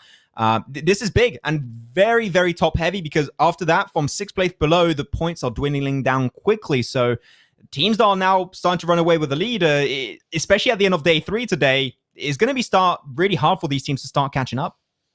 Yeah, it is definitely going to be quite a bit of a challenge, and they need to try and bring in that consistent play, that consistent push. And yeah, one of the the teams definitely showing a great amount of consistency is Honored Souls, Lag, and Influence Rage, especially moving into the Sanhok match. And man, I got to say though, the standings, they're looking pretty tough, but I'm curious to see though what's going to come through in our 2 remaining matches. And moving on to that last page, definitely not the performance we were hoping to see come in from G3. They did have an absolutely phenomenal start over on Erangel, but unfortunately missing the pot a little bit in Sanhok. Yeah, they did start the day in 22nd. That last win they got himself was huge. I think it was a 27, 28 pointer, so that's still fantastic for them. Got to try and remain a little bit more consistent, but off the back of that first game, you just need to be top 16, which is not the hardest task at hand. You can still make it happen with just a few good games. So I think we will very clearly potentially see G3 Temper make it into the finals at the end of this PMCO, but still we need to see a little bit more, because you're not just fighting for the finals here, you are fighting for your spot in the EMEA Championship at the very end of this season. So we'll hope to see them continue and improve themselves onto that end. But man, that was just a finish that was so hard to execute. And I gotta say, I'm impressed, because this is so hard to play. Very easily one of the circle shifts that I hate to see the most. And teams just dealt with it really well. And they didn't get too overzealous. They didn't rush things. They were very methodical in their approach. And when I see teams like that, I have hope to see the African region evolve even more in the future. Yeah, I mean, showing some absolutely phenomenal potential there. And, we got to be moving on to the next map to see what will happen over on towards Miramar. So far, we've seen already quite a bit of a change come in. No one particular team really getting a back-to-back winner chicken dinner. So, Max, do you think we're going to get that in the next one? Oh man, you that's a big one. You know what? I'm gonna lean into it, even though I'm potentially gonna curse them. I'm gonna say Team Lag are gonna get himself the back-to-back win. It is very clear right now that I'm biased in some way, shape, or form. Yes, I do like Team Lag. I think they got some really good gameplay, potentially the best right now in terms of macro. So we'll see if that's gonna be resulting in a win. But with that said, that's it for myself. For now, at least, I'm gonna head on over to a little bit of a longer break, as I'm gonna get replaced by James Banks in a quick second. So we'll be back right after this break for Game 3.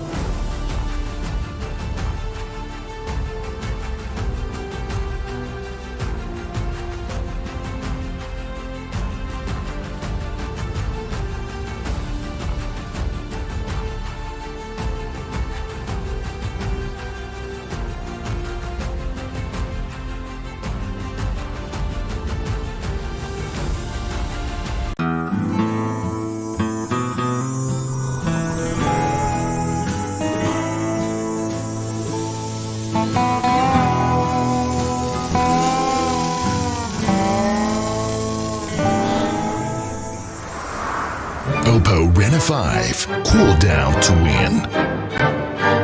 Oppo Reno 5, PUBG Mobile MENA Esports official designated smartphone.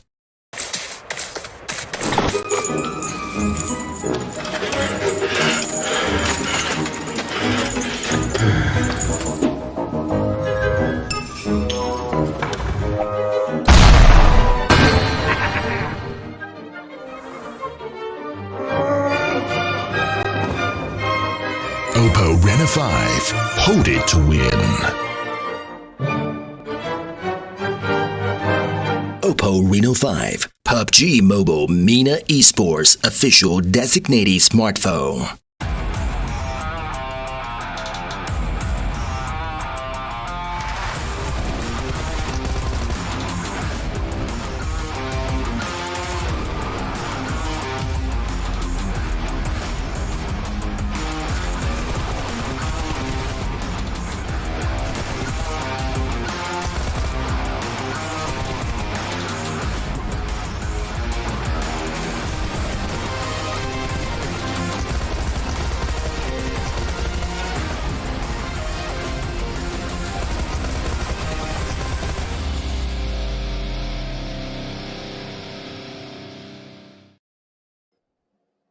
Welcome back, everybody. It is time for our third match of the day. And as you'll notice, Max, he's swapped on out. He's going for a little break. It's me and DK. And of course, I got to come back for some Miramar madness, DK. But we had a couple of fun opening games in there. Lag, you know, we praised them when we saw them before. Still doing pretty good, you know. They're not going to be complaining about this coming into it. And I guess we're getting these questions answered now when it comes to the groups mashing together on how things will go and how these will match up against each other on drop spots, what we're looking at overall. But Miramar will start to answer our final questions on it, because then we would have covered at least the 3 maps which are within the pool. Yeah, it's definitely going to be quite exciting to see what Miramar will have in store. And so far, some really strong performances. We did see a beautiful comeback coming in there from the players of G3 in that first initial match, having a little bit of a tough time moving into the Sanhok map. But that, of course, was where we saw that absolutely phenomenal performance coming in from the players of Lag as well as Influence Raid. So, I mean, the next one is still going to be up for the taking. Oh, it really is, for sure. But before we get to the next one, let's take a look at our overall rankings and see where everyone is sat after these 3 games these 2 games we've had before we get into our third game of the day. Now, Team Lag at the top, 79 points, 2 chicken dinners under their belts as well, which is going to be obviously helping them. Our Rage up there as well with 70 at the same time. Games Unite Nation still, though, only 10 points away from first place, considering they haven't played 2 games. You know, that's not bad when you look at the overall numbers you'd have to come into play. Let's be honest. Yeah, some really strong foundational work that they did in the first day. And I mean, KHK also sitting pretty strong there on 67 alongside the players from Blackjack Esports. But a pretty strong performance, though, coming in from the players there of Young Thunder, holding up in towards that top 6 with no winner chicken dinner on board just yet. But also Rilla Insider as well as Influence Rage right there up alongside them. So it's good to see, you know, the teams coming in from today already starting to advance up that leaderboard. And looking at the second page, it is still pretty scattered. You know, we got the teams that are still to play, as well as a beautiful mix of the teams having played so far today. And this is where they start to get an understanding, right, of how many points the average of these teams are getting, how it will pan out going forward, what they need to do to deliver their points that get them up into the top spots and fight it out in there. You know, I am going to be very excited for tomorrow's games. We get to see that Team Somalia play in there as well. It was very impressive what they did. We come down onto this part of it. This is where, okay, look, you look at maybe Honored Souls Africa, Mazexis, IQ, Ultima. Not bad, but it's also something where you need to worry a little bit in the fact that you've had 2 of these extra games in there, and there's still a fair amount of teams above you overall in it. But would you say, like, because for example, when we were watching Ultima, I actually liked the play we were showing from. So maybe in terms of the points I've had so far, it doesn't really pan out to the level this team can show.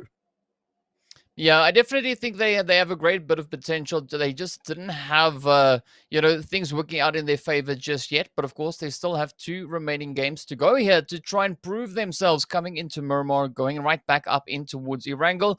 Definitely looking to see whether or not Ultima will be able to do a bit of a bounce back and show us more of, you know, that spice that they brought. Exactly that. Then we come on to the final 8 teams we have here to round it all out. And for Tropa, Maribonda, they are down at the moment, still 2 games over other teams, but only racking up 14 points. They need to try and achieve as much success as possible going into these last 2 games. It's 1 Miramar, 1 Erangel coming our way. But I love Miramar. I've spoken about it from start to finish. It's my favorite going into this DK. Are you excited for a bit more Miramar madness? And have you got maybe a team you're going to keep an eye on throughout this lobby? Ooh, I mean, this is definitely that opportunity for G3 to come back. You know, G3, they've shown quite a bit of strength in the past, especially on a map like Miramar. So this could be the game in which we see them come back again for yet another winner chicken dinner. They've already, after their first match, they were able to move up into 10th. After the second one, they got sent down into 13th. So maybe they'll find their rhythm coming into Miramar. Let's see if they do, because once again, we are born to win. Welcome to the exciting match brought to you by Oppo. Get your gamer mode on with the much-loved Renault 5 series. You can see the phone on your screens as we start to fly in, and you might want to grab that phone and put it in your hands if you want to rock the world of PUBG Mobile, because that's what it's all about. You get those wins, put the best performance in your hands to make sure you deliver the skills you want to deliver across your games. Certainly, for me and Max, you know, we'd have to try a little bit harder. We maybe need to get the upgrades in and deliver. I think, DK, you'd probably be the one carrying us too. Yeah, because I've got that route. You know, the route just works out so phenomenally, especially with regards to ranking. I've never tried that out in competitive. I don't know if the route will work, but I mean, I could maybe teach it to someone and, you know, they could give it a bash. We don't know. Definitely not for PMCO, though. No, yeah, we might need to level up a bit first. Could you imagine the caster team going for PMCO, then we can't cast anymore because we actually need to play? Imagine that. I mean, that would be mind-blowing. I think it would also be quite a bit of an achievement, hey? Yeah, like, I don't think any other casters would have.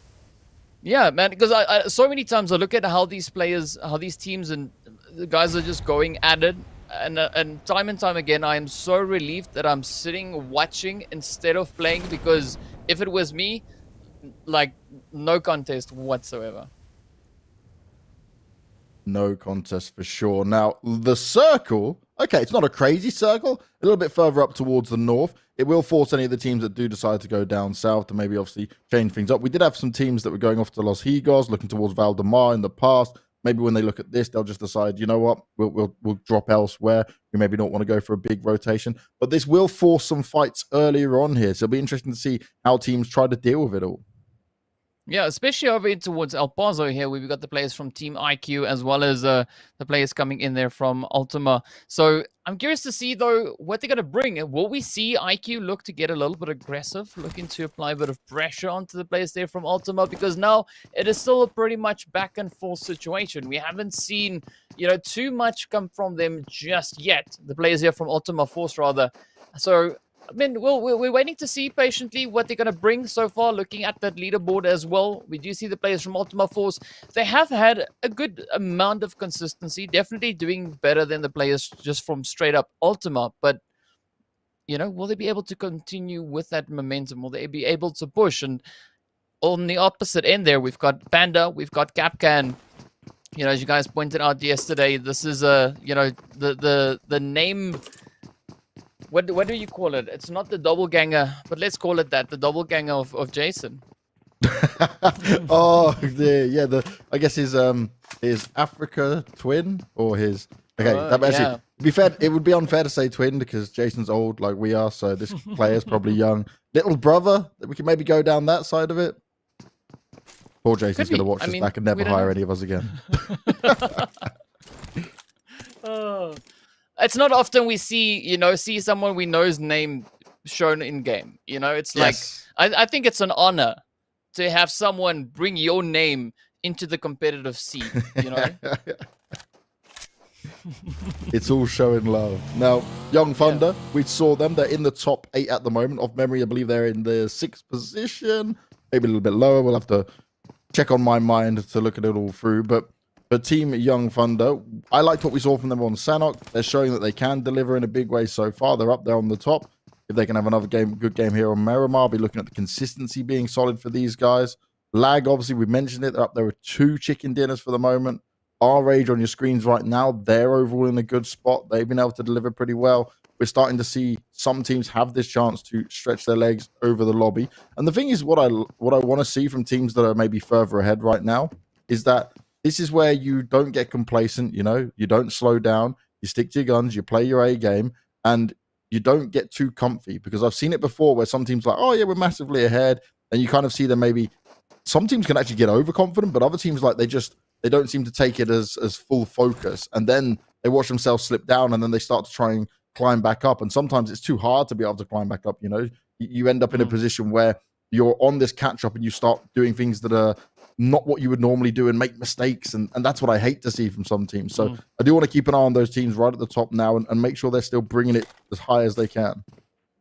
Yeah, because at the end of the day, this is a very mental game. You know, you have to have that mental fitness, if you want to call it that, to be able to sustain that focus all the way through. And you know, this is a great platform for the players to try and build that, to try and get better at that. And we do see a few teams already succeeding in that, and then of course a few teams still looking to improve on that point. But you know, there's great potential.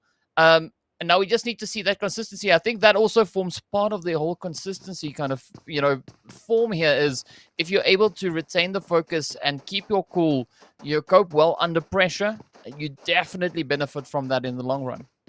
Massively so. Now, here we look at Zero Tolerance. They were one of the teams further down on the leaderboard in their looting phase. No real pop-offs, no one going for the attacks just yet. Obviously, we've got the map stream that we're looking at, and you're kindly providing us, DK. We're in a position where we see actually a lot of teams have not gone anywhere further down than Los Leones. So everyone will be looking to gain this space with the circle where it's at right now as much as possible. But I'm expecting probably maybe a phase earlier than usual, maybe 2 phases earlier than usual. We'll see some of the bigger fights start to happen. So that's what I'm going to be keeping an eye on, because for now, it's all pretty chill and no one really has to worry about too much. But what I gotta say though, what I appreciate seeing just the position on the map in general is the teams are not really waiting for Blue Zone to kind of force their rotations. They are now being proactive, getting straight up into that, and already Lag, coming in with the sprays right over on towards Young Thunder. So Young Thunder experiencing a little bit of lag in the process. But now, will Lag look to get aggressive, close this one out? Because True, he is right there. He has that ability to continue on with the momentum, looking to set up that anchor point further up in towards the zone itself. And it seems like that is pretty much the case. So Young Thunder not too phased by losing a player just yet, but now they need to try and anticipate a potential rotation from Lag.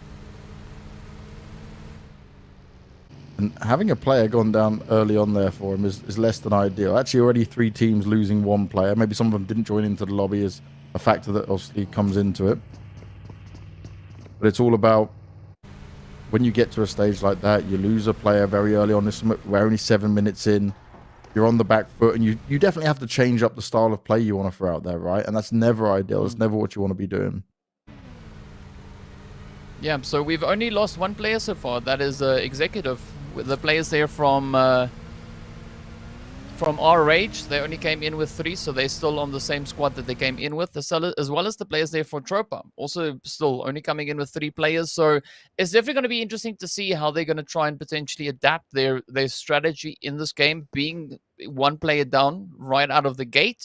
A very similar kind of thing happening there to Young Thunder. So I'm curious to see whether or not those strategies or those plans will still be able to be executed as they progress further on through. And right up ahead of the players here from Tropa, we do see INF just making their way through the compound. And this could be potentially a nice, sneaky approach coming in from the side of Tropa.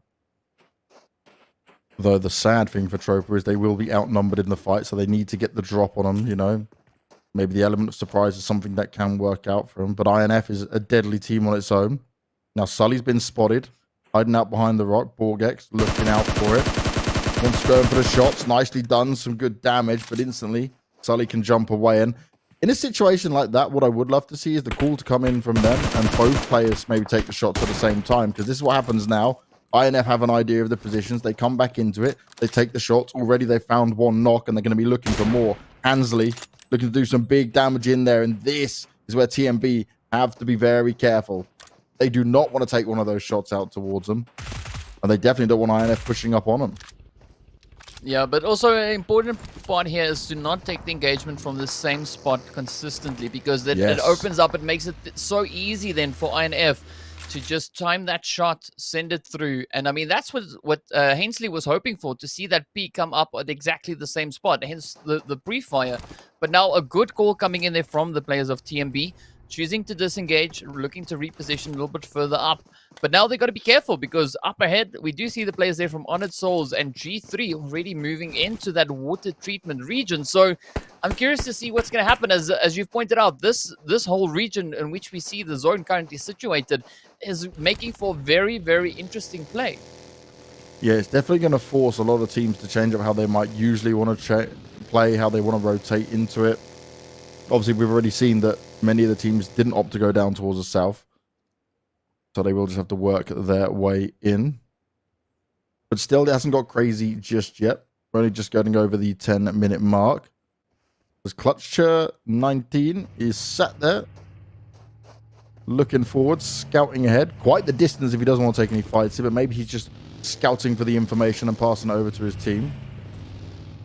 He will just, for now, at least be looking at Zero Tolerance, decide to get their rotation started and get moving elsewhere.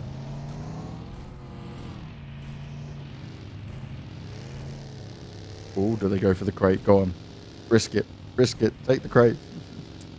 What do you do in those situations, DK? Are you a man that tries to go for the crate, or do you just feel like it's a trap and you know you're going to get shot at because someone's just looking, waiting for you to do it?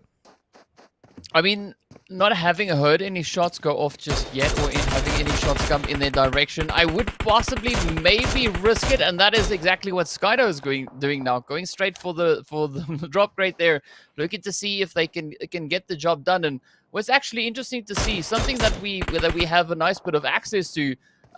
I believe this is I don't know if this is just in general. Let me just double check it. But either way, we can actually see how many drops these players have gone for in the past few games. And yeah, this is the second drop that Zero Tolerance has gone for now. But they want to try and have the improved gear to fight with. I don't blame them. It's a massive benefit. But again, what we can always talk about is the risk versus reward of it all. Yeah. Because, you know, you go in for it, you try to pick it up, you can get shot at, you can get pinned down with it. Especially in the early parts of the game where there's so many players and teams alive. And this is now where we start to see a few mini battles take place. Teams going up against each other. Mazexis, a team that certainly would like to be seeing themselves further up the overall rankings. Can they start to find some success here early on Miramar?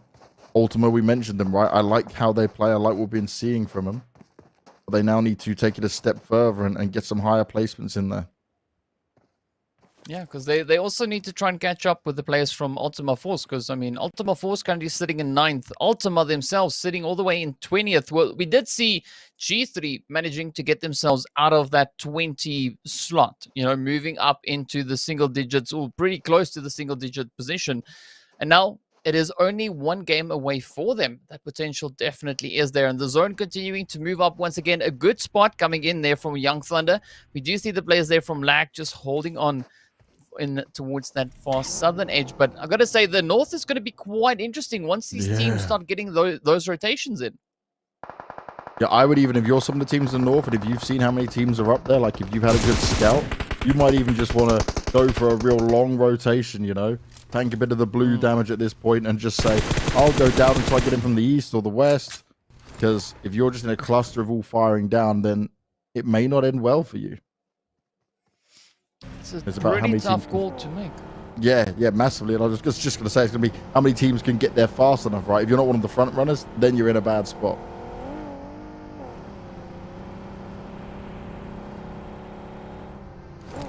But we're seeing some healthy rotations definitely coming in. I mean, it seems like the players there from Zero Tolerance, as well as the team here from Ultima Force, opting for that eastern rotation, trying to make their way all the way around. And now 21st Century, so close to the edge of that zone, almost in line of sight of the players there from Honored Souls. So they got to be so careful. So definitely those wider rotations could be quite favorable, especially for the players of Ultima and Zero Tolerance. Whereas 21st Century, it could be quite risky. But now, looking in towards a more centralized position in the zone, we do see the players there from Azexis up alongside Influence Rage. And I mean, Vindex, Sully, and Hainsley, the rest of the team, they're all just looking so comfortable, just waiting to see who's going to dare venture up towards their compound. And they're ready to defend it. That's the main thing. Inspector slightly further away. Having a look around towards his direction. Still can provide some good cover fire. May spot things the other players can't on his team.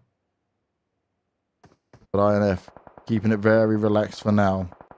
What they don't want to have happen, though, is that teams both attack on like a three-pronged attack, you know, from all different sides when they're trying to lock this down.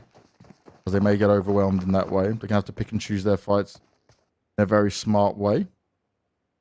You can see all the teams just looking forward, watching and seeing what might happen. Watching the rotations go by them and how they might want to try and deal with this. But as they hear the shot, it's like, can I go for this? Oh, where is he? Can't quite see him. And everyone's still playing smart and defensive. I mean, I'm waiting for that snowball effect to kind of happen. I think once the engagements start, it's going to be an absolutely brutal roll. And just looking at the sheer position and the amount of teams we have in such close proximity, that is going to be absolutely inevitable, as we have the players here from Honored Souls looking to hold on to the northern angle here. Right behind them, you hear the players there from the Zexus rolling on through. Zero Tolerance making their way on up as well. And oh man, it is going to be a pretty heated play here. I mean, even with the zone, once again, moving up in favor of Zero Tolerance. Sorry, not Zero Tolerance, Lag, as well as Young Thunder. The north is going to be on fire. Now, when we say the north's on fire, the southern part for Lag, right? You mentioned it on the previous change where we saw the new circle drop down. Oh, they're just there in a good spot down the south. If they can just keep this going, they can control the south without too many issues for them and have so much success down here because they can watch all the other teams come out towards them. Oh no. Vehicle gets planted up against the tree. They jump on out. Shots come out towards them. Luckily, none of them getting knocked there, but certainly a risk. There's going to be a lot of open terrain in this, you know. Not many compounds for teams to sit in. All the compounds that are already there have been taken up by teams. Some teams still very close on it all. Oh, I love this. Art of Killing. They've done what I was just speaking about. They've gone for a longer rotation. So they were up in the north, clustered with everyone else. They're going all the way down south. They might either enter from the very south or just from the eastern side. Yeah, I mean, now to add pressure to that, the blue zone is starting to close on up. So it is, and it's not the early phase blue zone. This is the fourth phase. Once we hit that fifth zone, it is going to be absolutely brutal. And speaking about brutal, the players here from Zero Tolerance having several casualties on towards them. And now it is up to Forex to try and make this one work. And I'm not quite sure if he'll be able to cope with the blue. 21st Century, a little bit closer to the edge of the zone, as we can see Ace and Gray already trying to secure that anchor point. But up comes this beautiful valley. And this is sometimes the Valley of Doom. Oh, no. There it goes. 21st Century. They wanted to escape. They went from one team shooting at them to another, and they will all be blown to smithereens. Not what they would have wanted, but that is exactly why you don't stack that many people in one vehicle. Hopefully that's a lesson learned right then and there. Yes. In a big way. Now, we're back with Tropa. We've still got their 3 players left alive in it. I believe they didn't spawn in with their 4th player into the lobby. They found themselves 1 kill. That's 1 extra point at least of it. They're still semi-active in it, but they seem to be backing away from this particular fight. And it is also still going up against INF in here. So they've stuck close to each other despite the rotations coming on through.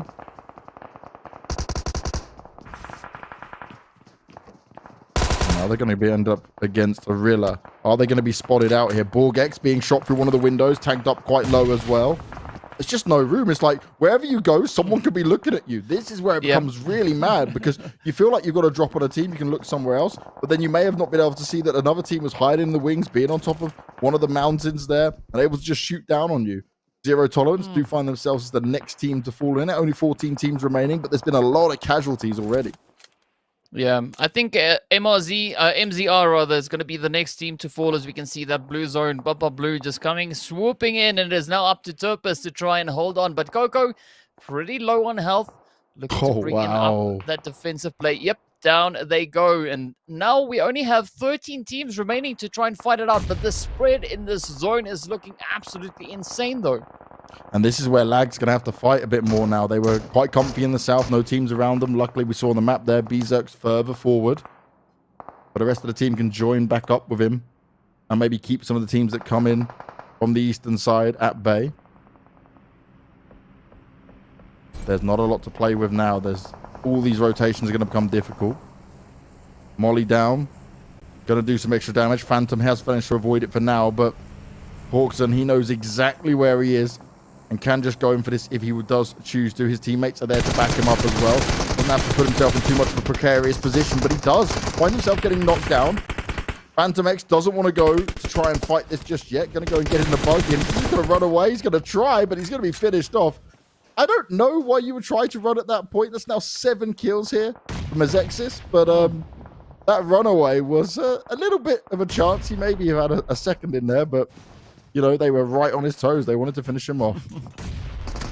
Yeah, that is a really difficult call to make. But now, oh, here we go. Lag trying to apply the pressure on towards Ultima. Will they be able to get it done? Beautiful grenade getting sent in. But fortunately for Ultima, they are able to evade that push coming in. Now, Fantasy and Leader still going to be trying to send it in. Steph sending up a grenade of his own, not quite finding the reach. We do have Zero. That was the hero in the previous game for the players there of Lag, bringing home that victory. But now, oh, they're going to be able to pull it off. Ultima getting Steph knocked down. Lag looking to apply even more pressure, but just playing the ridge line. But I'm liking this awareness, though. They're not 100% committing. They are paying attention to the potential threat in the vicinity here. But now, are we going to see them move in and close this one up? They might try to. They're going to have to do it as a team as we watch IQ, the next team to fall down. And look how quickly this went from 14 to 9. Blink, you would have missed it. Ultima throwing out the grenades, throwing out the Molotovs, wanting to keep everyone at bay. Trope and Maribonda, they've been the next ones to fall. And Lag are just looking for some cover at the same time here as Leader has been tagged up a bit. Aiden looking to try and get a spray down done. As Leader, he'll be able to find the knock onto. They may only have 1 kill, but they can certainly be willing to fight. Aiden? You're being shot out from the side, bro! I don't know what he was trying to do there, but I don't know. He was getting shot from all different sides. He's going to find himself knocked down. A refrag's coming straight back in. Ultima. They tried to push out for this. The blue obviously was on their back, but I would have preferred if the team went with Aiden as he tried to do it, because he just became a poor solo target of like, oh, this is easy for us. And then the rest of them went, and it was just a little bit too late. Yeah, I don't know. It's a bit of a strange play coming in there, but meanwhile, the players here from Azexis just positioning themselves within the zone, looking to bring in a little bit of that dominance. And I mean, we see the players here from Honored Souls as well as Young Thunder caught on that western front. And I'm curious to see if they're going to try and attempt a rotation. There we go. Yes, Superior taking that initiative, rotating straight on through. But again, they got to be so careful. Right up ahead, we do have the players there from R-Rage, and the shots finding their way on in. R-Rage now looking to defend their little slice of the zone. Six Slay also just holding on. Very low on health. But Akina and Pala could potentially maybe clutch this. Meanwhile, the players there from Lag off in the distance. Oh, not looking too fantastic. Beautiful hit. Zero taking a little bit of damage. Oh, just barely making it in some hard cover. I feel like Lag are getting so many players that are like knocked or put low, and they're still just rolling forward. They're still trying to make it work. 2 players they've currently got on the floor now that need to be picked up if it's possible, but there's not much time. There's not much space for them to work with as the blue is closing in thick and fast. Actually, the players here from G3 looking pretty decent in the zone, trying to pick up a few more points as we do see the players here from Honored Souls up ahead. It is up to Dark Ghost now to try and quickly bring that res in. Up comes Speedon, cooking up the molly, looking to send it in, but of course, down they go. Beautiful sneaky shots finding their way in. And now True still looking to apply a bit of pressure, making his stand up in towards that western side. To see the players now falling to their doom as well. 5 teams remain, 11 players still alive. G3 looking pretty golden, 4 players still up. But now, will they be able to bring it in? 8 kills on board. So much open space. The moment you move, more shots coming out towards you. Only 5 of our teams remaining in here. G3. 8 kills already. 4 players still alive. They're fighting as well. True trying to sneak up on him here for Young Thunder, but, well, they've got a good idea of where he sits, trying to hide behind the tree, but it doesn't fully cover you like that. There's going to be nades coming out towards him as well anytime soon, but they still managed to finish him off before that. And G3, well, they're looking real strong right now. It's Mazexis and G3 Temper coming through solid. Our Rage are next to fall down, and, well, Rilla have one player up. 3 for Mazexis and 4 for G3 Temper. G3 Temper also have a really good position to fight from here. And look how much of the circle they've got controlled at the moment. Oh no, for Mazexis. Stuck behind that car is not where you want to be right now. Yeah, definitely a tough spot to be in, but they are going to be looking to find a bit of an opening, even if they have to try and create one themselves. But this is where G3 could just capitalize on this position. They do have quite a bit of control of that zone already, and Flacco and Six God now starting to push up. J-Roller, he's just chilling there, waiting to see what is going to happen. Not expecting really to see it. Oh, wow. Oh, come on. There we go. Flacco just on fire, finding that spray in, and now it's up to J-Roller to stand up against the side of the full squad from G3 moving in. Oh, no man. hope. I like it, though, from J-Roller, because he ends up with getting a second place in there while his team only had 3 kills. That's huge, right? You outlasted a team that had 3 alive because they were the ones that were focused on, and you gain a few more placement points, which are going to be vital for you going forward. Yeah, I mean, absolutely crazy play coming in there from J-Roller, managing to hold on to those final zones. But you got to give it, though. G3 stepping up once again, bringing in their second winner chicken dinner for the day.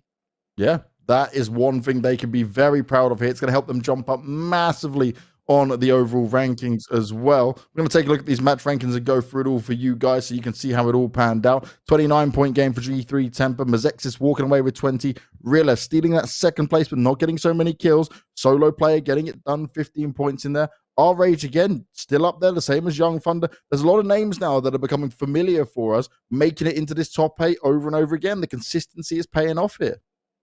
Yeah, and the consistency will definitely pay off to try and secure a position in that top 16. And I mean, some really strong players coming in throughout the day so far. G3, again, bringing in a beautiful, consistent finish, finishing strong also in 16 kills on board. I mean, the only team that we see that's pretty close to that, of course, is the side there of Mazexis, that they were able to bring in 10 kills for their side.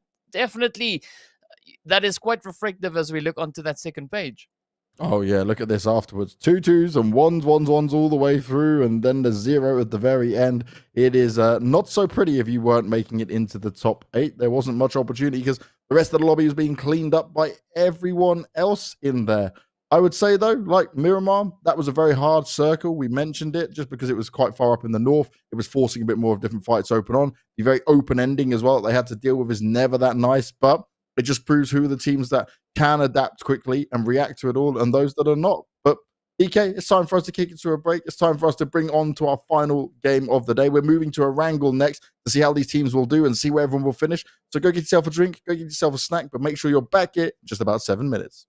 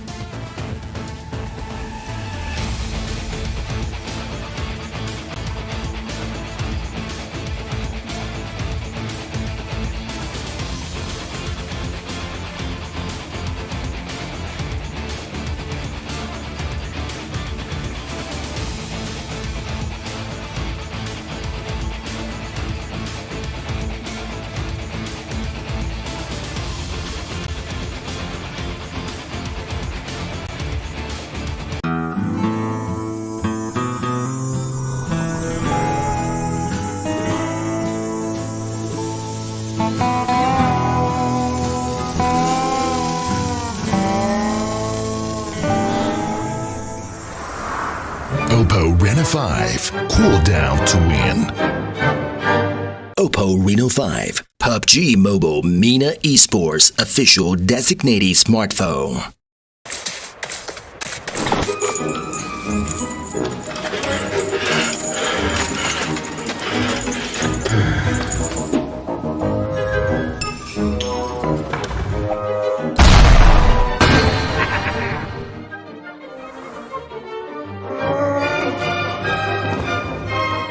Oppo Rena 5. Hold it to win. Oppo Reno 5, PUBG Mobile MENA Esports official designated smartphone.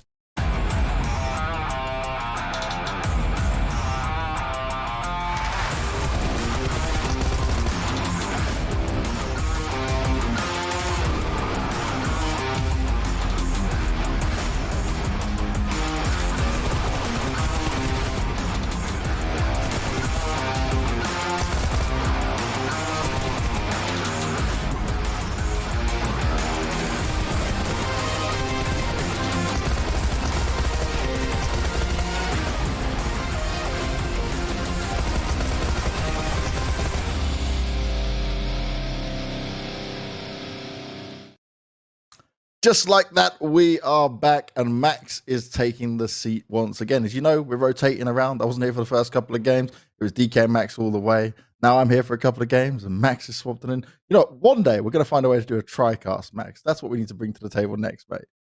I've been casting PUBG for since early 2019, and I've never done a trio cast in my life. Ooh. I don't know if you've done one. I would like to try Not it. in PUBG Actually, that would be Mobile. fun. In any game, I've never done it. So, no, never. Man. I'd like to try it. So we had an observer before, right, in another game, and basically he also knew the game really well. And even though he was observing at the same time, at one point we were just doing these online home broadcasts. We're like, dude, just come on the mic, man, add to it. And it was so fun, because we'll commentate the game and we'll see things, but observers have a different viewpoint a lot of the time, right? And they're looking at different stuff than what we are. So they go a whole different dynamic with it, and it brings a nice little level. At first he wasn't so confident, but then he got into it, and he was enjoying it. So TriCast can be a lot of fun. Community, tell us, let us know in chat. Maybe you want to TriCast. Me, Max, and DK just going ham the whole time. Be a lot of fun. I don't think the production's going to be happy. They're going to have to make a new overlay for us. Yeah. we've just required more work. We'll just won't have DK on the camera. It'll just be a voice in the background, and that'll be enough. But yeah, that'll be really fun. Hey, we'll check with the PUBG Mobile Esports team if they want to do a TriCast at some point, because I'm down. I'm down with the boys to do it. Hell yeah, that's what it's all about. But we are going to Erangel next. That's the match that's coming up. It's our final match of the day. And well, we've just seen now a team get 2 chicken dinners on the same day, Max. It's impressive. That's what you want to see, right? But this, though, is where I start to look at some of the other teams, though. We were talking about it in the break, that are really far down and not getting so many points. When you have a game like that Miramar, where half the lobby is not getting more than 2 points, you go, okay, this match is just got to be ignored because you're now further behind, more of a catch-up needing to be done. So many of those points are just ripped away from you. But just to give an example, we're talking about catch-up being very important, because now for all of these teams, they've played 2/3 of their games. They only got 4 more games remaining after this one. So if you're behind, if you're, for example, in the likes of Triple Mario Bondo, that's currently struggling, 21st Century, and you're behind and you're playing the last game here, you might still be stressed up. But when you look at also G3 Temper, you got to think at the start of the day, they were 22nd. They only had 16 points. Now with all the points they got, they're currently standing with a grand total of 73. 80 points are out of 2 games here, James. So just 2 good performances, and boom, you're back in the top 16, because that's all you have to do. Top 16, and you're in the finals. Well, look what we've got right here. Lag now up at 86 points. RH 84. G3 Temper 73. Rillo as well, joining them up on that, but only with 1 chicken dinner. You know, that shows pretty good for them in terms of getting a lot of placement points in here. Look how high they are up on. They're actually in placement points. They're the 2nd best team. So, that says a lot onto their own successes they've been able to have. Then, obviously, we've got plenty of teams in here that haven't played that many games. Games Unite, KHK, Blackjack, they'll be playing tomorrow. They'll be able to jump back up where possible. But for Gamers Unite Nations and KHK, they're so close to a lot of these teams, they're probably looking at this and going, tomorrow's going to be easy. We're going back right to the top. I would say it's even better and easier when you're playing like last in a set of games between different true. groups, because you know what you got to aim for. You know what type of play style you got to go towards. If you know, okay, we got to catch up maybe, I don't know, 30, 40 points, and you are looking at the games, how teams play. Okay, we understand that in terms of positioning points, we might not win on that end, so we got to try and rack as many kills as possible. So you're going to adapt a lot more compared to other teams. They basically set the pace, and I don't know if their points are going to be enough. So I think that if you're Gun, if you're KHK, if you're Blackjack Esports, they're in a more comfortable situation because they know exactly what they have to do hitting tomorrow and trying to prepare for the last few days. So I think they could be setting themselves up really nicely tomorrow to be in that top 3. That is what it's certainly all about. Now we come further down in here, and Dragoons, they're still holding on to it. Team Somalia as well, despite obviously the lack of games being played. More than impressive to look at that. Now this is where you look at the other teams have got one match to go, and if they can get a big win in here, like Mazexis, having some games where I see them play really well. Like that game they just played, okay, the ending was not ideal for them. Maybe they should have walked away with the second place, but you can't really be focused in on that. But it's like they come close, but it's still so far away from them. Then you come down to this side, mate, and you see like IQ and Ultima, and this isn't even the last page, and you start to think, oh boys, this is real tough now. Yeah, we really need to see the likes of 21st Century, Zero Tolerance Skills, Ultima, Team IQ get themselves some great games. And I'm genuinely surprised we're seeing Team IQ at such a low position at the very end almost of their second day of play here for this PMCO. They started off so strong. They're a team that at the very start, we had 2 teams that impressed me. Team Lag, which is doing amazing. They're just running away with the league currently at the top of the standings. And Team IQ, I love their macro. I love their spread in the early game on that Stolberg early game play that I think they rotated around perfectly well. And now they just seem very inconsistent up and down. And because of that, now they're only standing on 35 points. Luckily enough here, James, they're not far from top 16. So the dream is still alive, but it goes to show that one bad day on their final day and their dream of the finals is just crushed instantly. Yeah, and the production of being nice and not showing the final 8 teams on that lobby because they're like, you know what, it won't be that mean to them, right now. just leave them there. Like, it's not the end of the world for it. The one thing I do want to touch on, though, right, is obviously this is the second split for the Africa region, Max. And obviously, we had the pleasure of covering the first one. It's great also having DK and the fact that obviously he comes from the region. He definitely provides a lot of insight for us on everything else that's going on. But I really want to put a point out to everyone from the community that's watching now is that your community is obviously super strong. The fact that we only have 11 teams out of the 32 we had last time returning, which just shows that like new teams are coming through. Maybe some of the players are obviously on different teams. Things have changed around for sure. But there's a level of development here, right, where this is the reason they have a PMCO. This is the reason where we can see them level up. Because the thing that annoyed me, remember, we covered the EMEA Championship together. The thing that annoyed me when we came to that last time was that a lot of people were like, oh, look, the Africa team's just doing really bad. It's like, yeah, because they've not had to play against this level of team. Like, this is a huge golden opportunity. They are learning in every game from this, right? And obviously, it's very stressful. There's a lot of eyes on them. It's a huge event as well. So it's like, anything that you can get done here, anything you can get in terms of experience is huge. And if you are the team that qualifies, like, you are representing a country that has a lot of potential going forward. I think especially the thing that hurts the African region the most in PUBG Mobile Esport is they feel a little bit more secluded from the rest of the world. They don't have their own PMPL. They don't have that high level of competition, because right now, if you're first, you go straight to EMEA Championship. You don't have that extra month-long league where teams really build themselves and individuals build themselves. So I would like to see... exactly. You don't have that. Like, okay, PMCO, boom, straight into the EMEA Championship, and you have a chance to go in the PMGC. It's kind of like, okay, that's a big leap forward. But I'm hoping to see the scene evolve not only with the teams and players, but also hopefully more tournaments, and especially that 1 month league event do you have twice a year. I think that will be very important to try and help the scene grow and improve. So there you go. There's many things that can be done, but I think that the more time there's given to the region, the better the teams and players will get. And hopefully, I'm still hoping that one day here, James will have a team from Africa make it to PMGC. That's the dream that we're seeing in the future. That is the dream indeed. And for one last time today, we're flying in. And as always, we are born to win. As I welcome you to the exciting match brought to you by Oppo. Get your gamer mode on with the much-loved Renault 5 Series. And trust me, that Renault 5 Series does deliver when it comes to your PUBG mobile experience. As we take this plain path across, and the path, it's not terrible. You know, you can pretty much get everywhere from it. It's not the end of the world. Some teams obviously go a little bit further. But you mentioned the Stalber fight that was going on last time around. That's where they dropped, right? Or is it just where they ended up? There was not a fight. They dropped there, and then they had a very clean rotation towards Gatka Fields, and it was just really well played. I really enjoyed it. So we'll see if they can try and do something like that. I mean, Team IQ are not even into this one. I just meant it in general, really. But we'll have to see this time around, as the 21st Century are going to be taking that position in Stolba this time around, / Kameshki. So they're going to be pretty much secluded from the rest of the lobby. Same for Influence Rage, as they're going to go for the Severny drop and also shooting range split. So far, not really seen anything out of the ordinary. No one going in George Pole, though, especially Northern George, which was very much contested on our first game here, James. So it seemed like teams are definitely adapting on a game-per-game basis, which you do always love to see. That's exactly what you need to see, right? Because there's one thing when we say about VOD review and adapting, like, in between the days. But, like, if you're able to do it in between the matches, that means you're really putting in that extra work. You know, you're really thinking things through. And that's what I want to see from these teams, right? Take everything as seriously as you can. As well, it's not the worst circle in the world, but we're also very far out towards the eastern side. Again, maybe about 35% water covering the area there. So depending on where the next circle goes, it could be problematic. For all these teams in the eastern side, though, Max, it's going to be very clustered, you know. I'd like to see, again, you know, I love these longer rotations. Some of these teams, even if you're not going military base, you just rotate round and come up that side. That could be a very valid option, actually. But after that first game on Erangel we had today, we had a lot of teams dropping on the east, and I thought, okay, potentially if they have a coach or they have like an analyst, which teams don't have, I don't think that they have the comfort of having a coach or analyst, someone dedicated to that type of role. We saw that first game where a lot of the teams, I'm thinking potentially 70% of the lobby was over to that eastern coastline, like right now, and there was so much room over to the east. And I thought that might change this time around, but didn't quite, actually. And because of this circle, we'll try and force teams to maybe realize that there's a lot of opportunities over in the eastern edge. So we'll see if that's going to be evolving on their third day for all of these teams of Group A and Group C.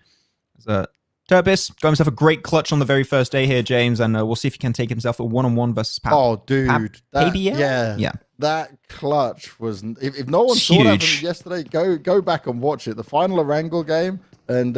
was it the first Erangel game?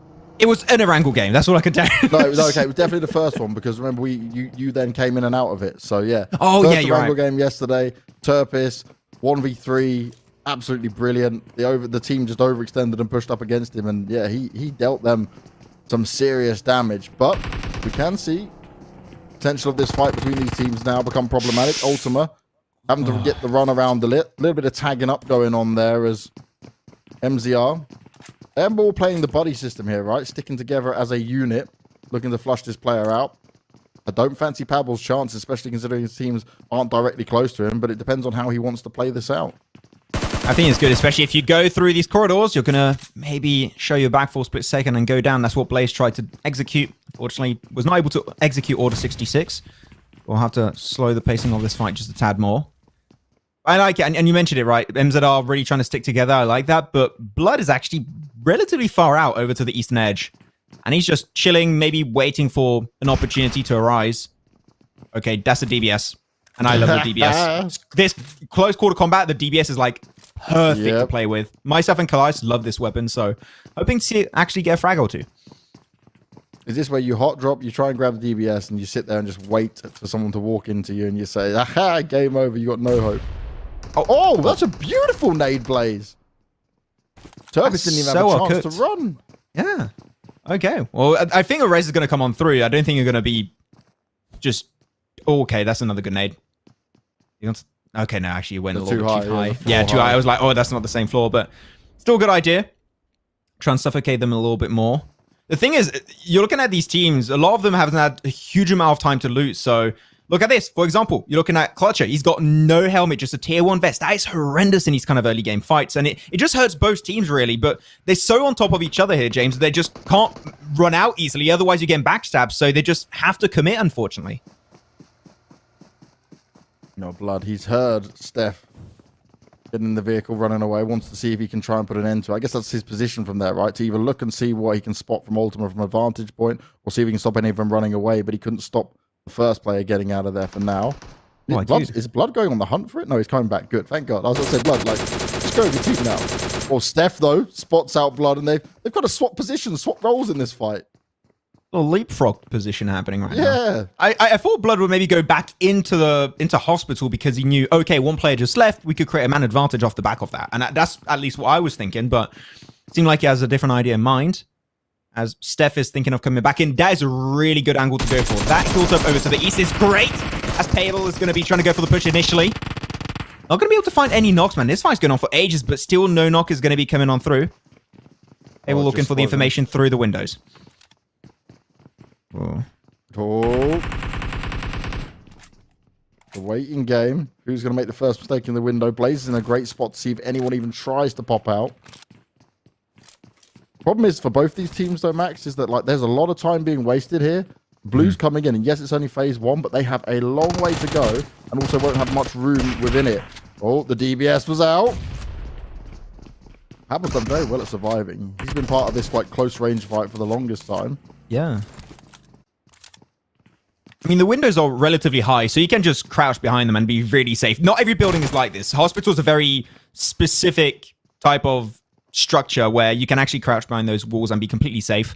Only thing that could really push you out is utility, but as we mentioned earlier, right, these teams have had had very small amount of time to loot up. So in terms of nades, I think they're pretty much dry. They dried out. They got nothing to play with, but Steph still has that angle. That means if you try and rotate away, Steph is going to play spoilers. You cannot move away, and I think the MZR realized that and got the information through Blood. They are pinned down. There's no escape for them. They have to commit.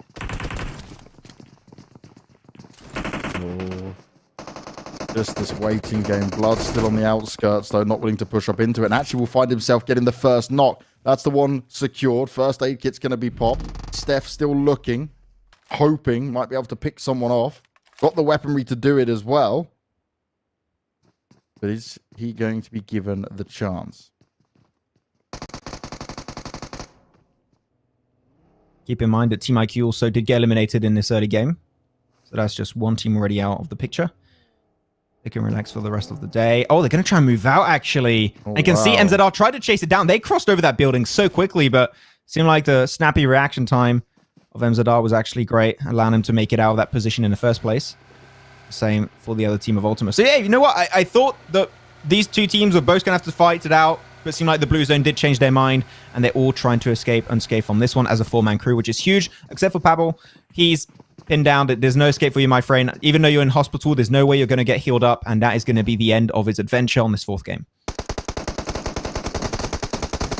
So it did benefit, obviously, MZR a little bit. You know, get one kill in there, not massive, but for both of them, they're on the back foot in terms of the rotation and what they're going into next, and loot. And that's something that should be actually true on loot, right? Very good point there. So they're not going to be stacked up anywhere near as heavily. Oh, there's your car again, Max. And you didn't hear it actually earlier, I think, when I was talking about it was DK. There's actually a car that I wanted more than the McLaren. I wanted the Cybertruck more. Okay. I love the Cybertruck. I find it so original. And I saw it early on Sanhok and I was really sad. But there you go. So they're just pulling out all the vehicles you want, you know? You just show me all the skins I don't have. Thank you. We should tell the teams that. Just post in the Discord. Be like, teams, can you please use the Cybertruck and the McLaren if you have it? So Max can see it all day long. I feel like the PUBG Mobile Esports team might just make it mandatory to have that skin. I'm down. And everyone's going to use it. I will sign that petition, man. I'll be the only one saying, no, please. Please. Yeah. I can't take it anymore. Hansley, though, trying to take it, but he's going to have to stop in that compound for now. 21st century. Clearly don't have a plan. They're just cruising all over the place, but they need a big point. They're currently one of the lowest teams that have played 7 games. They can't afford to have another bad performance. Otherwise, they're starting their 3rd and final day of the group stage with a big loss, and that is really going to hurt their mental strength also, I would say. So they need to get a strong finish if possible. And they're already down a player in this lobby as well, you know, like just all the things that is not what you want to be seeing when you are already dwindling on points. Now, the circle popped, by the way, Max, and obviously went over further towards the east. Still a lot of water in there, mate. Probably more water now. Probably like 40%, 45% water in there. So this is going to get mad. Like, there's no space. Teams going to be very close to each other, much earlier than they'd expect. You don't often see this when it comes to a phase 2. Mm-hmm. So the fights are going to be wild, and I think this is going to get very hard to predict, mate. It is going to be pretty tricky right now. I can definitely tell you. Also, the terrain is pretty flat. Got a few hills left and right, but at the end, it's not going to be the easiest kind of game for some of these teams that are rotating late, and especially that goes back to MZR. They're going to struggle a lot. Ultimate, they're going to struggle a lot because they're underlooted, and you might have to actually take the fight by the time you get towards that circle, because I'm pretty sure that a lot of those compounds have already been looted up, so they are definitely going to be unprepared for the fights to come. Influence Rage got a pretty strong compound. Same for 21st Century. Didn't have to move too much. But now, when you look at this circle, right, James, you are expecting the circle to move away from the water. That's how the algorithm typically goes. Later on in the game, the later you go, the less water should be in the circle. Yeah. And it should be starting to go towards the west. You can start predicting that and try and play around that a little bit more. Unless you press the button, which I'm hoping you don't do. Like, come on. I'm not pressing the button. I'm definitely not pressing the button. If I press the button now, like, I really just hate everyone. That would be horrible. That would be so mean. Don't you? Oh, well, that's news. You know, I like this lobby right now. Let's say that. And also Imperium exists. So I just realized can't lose your husband like that, man. Come on. Yes, my husband has to be looked after at all times. Unless he's being bad. Then he gets in trouble. You know, and doesn't give me enough attention when he's playing too much PUBG Mobile.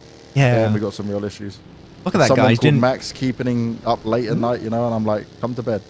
And he's like, no, I'm still playing another game. That is how he is. Hey, look, he's all fancy doing wildcard Europe, and he's like, you just left us. I'm like, he's changed. That guy's changed. I know. Fame does that to some people, Max. We stay grounded. Imperium gets this huge ego, massively inflated.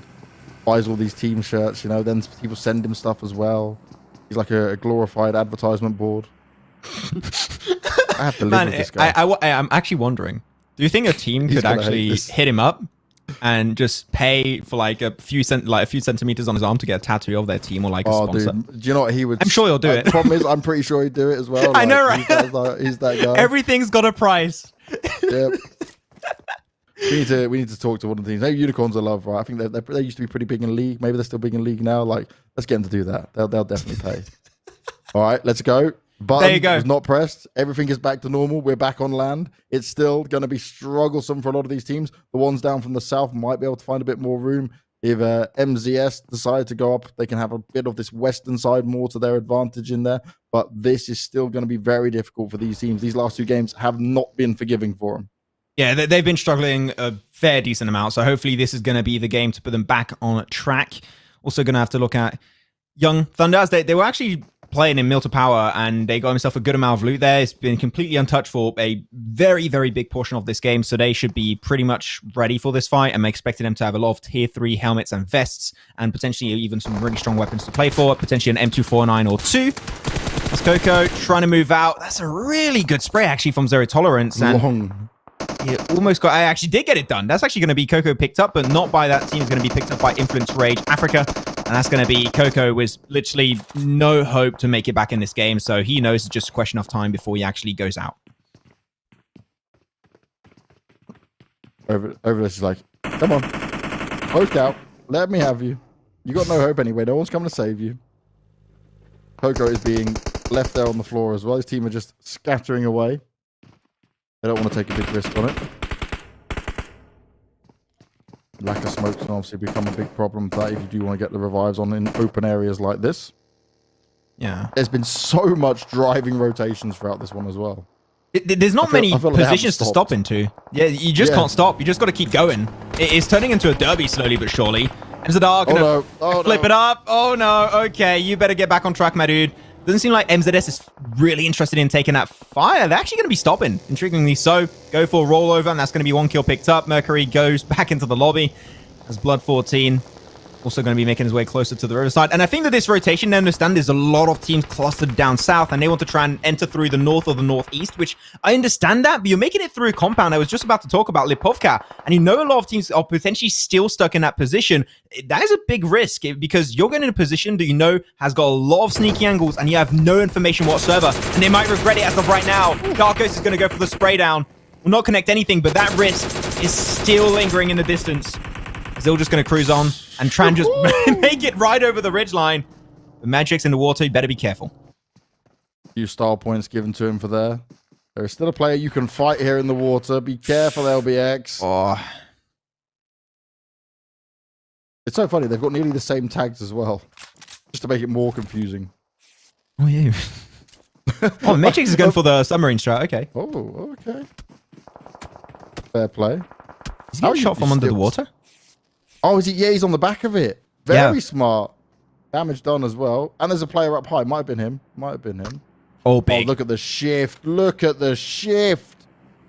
There is only one team, technically maybe a lag player in there, but one team sits within it. That's our age. Ultimate going to be happy though. It's not too bad for them. Anyone that wants to just rotate down the south and come up to the west, you'll be living the dream right now. Maybe Art of Killing will go for that. This is hard. Any kind of experience in a terrain like this is huge, though. If you know a strong dip or a strong rock from which you can fight from, that will make a huge, huge difference. As TMB are going to get pushed upon. Not too easy. The thing is, if you get close enough, one nade, and that's pretty much GG. They're going to go for the res. RM Bondo, currently the lowest team with 7 games in this lobby. They need to actually get himself a win. Not sure what that car's doing. He's owning his own business, but Lacro's going to get picked up. Only Spy's going to be left remaining, and one more nade. He's going to be engulfed in the blue in just a matter of 10 seconds. And when that happens, that is going to be TMB out of the game. Oh, it's not been great for these guys. The stress is going to be very high. Plenty of nades just coming out through. Blue now going to be ticking away at him. And Dark Ghost, he's just going to want to get himself out of there as well.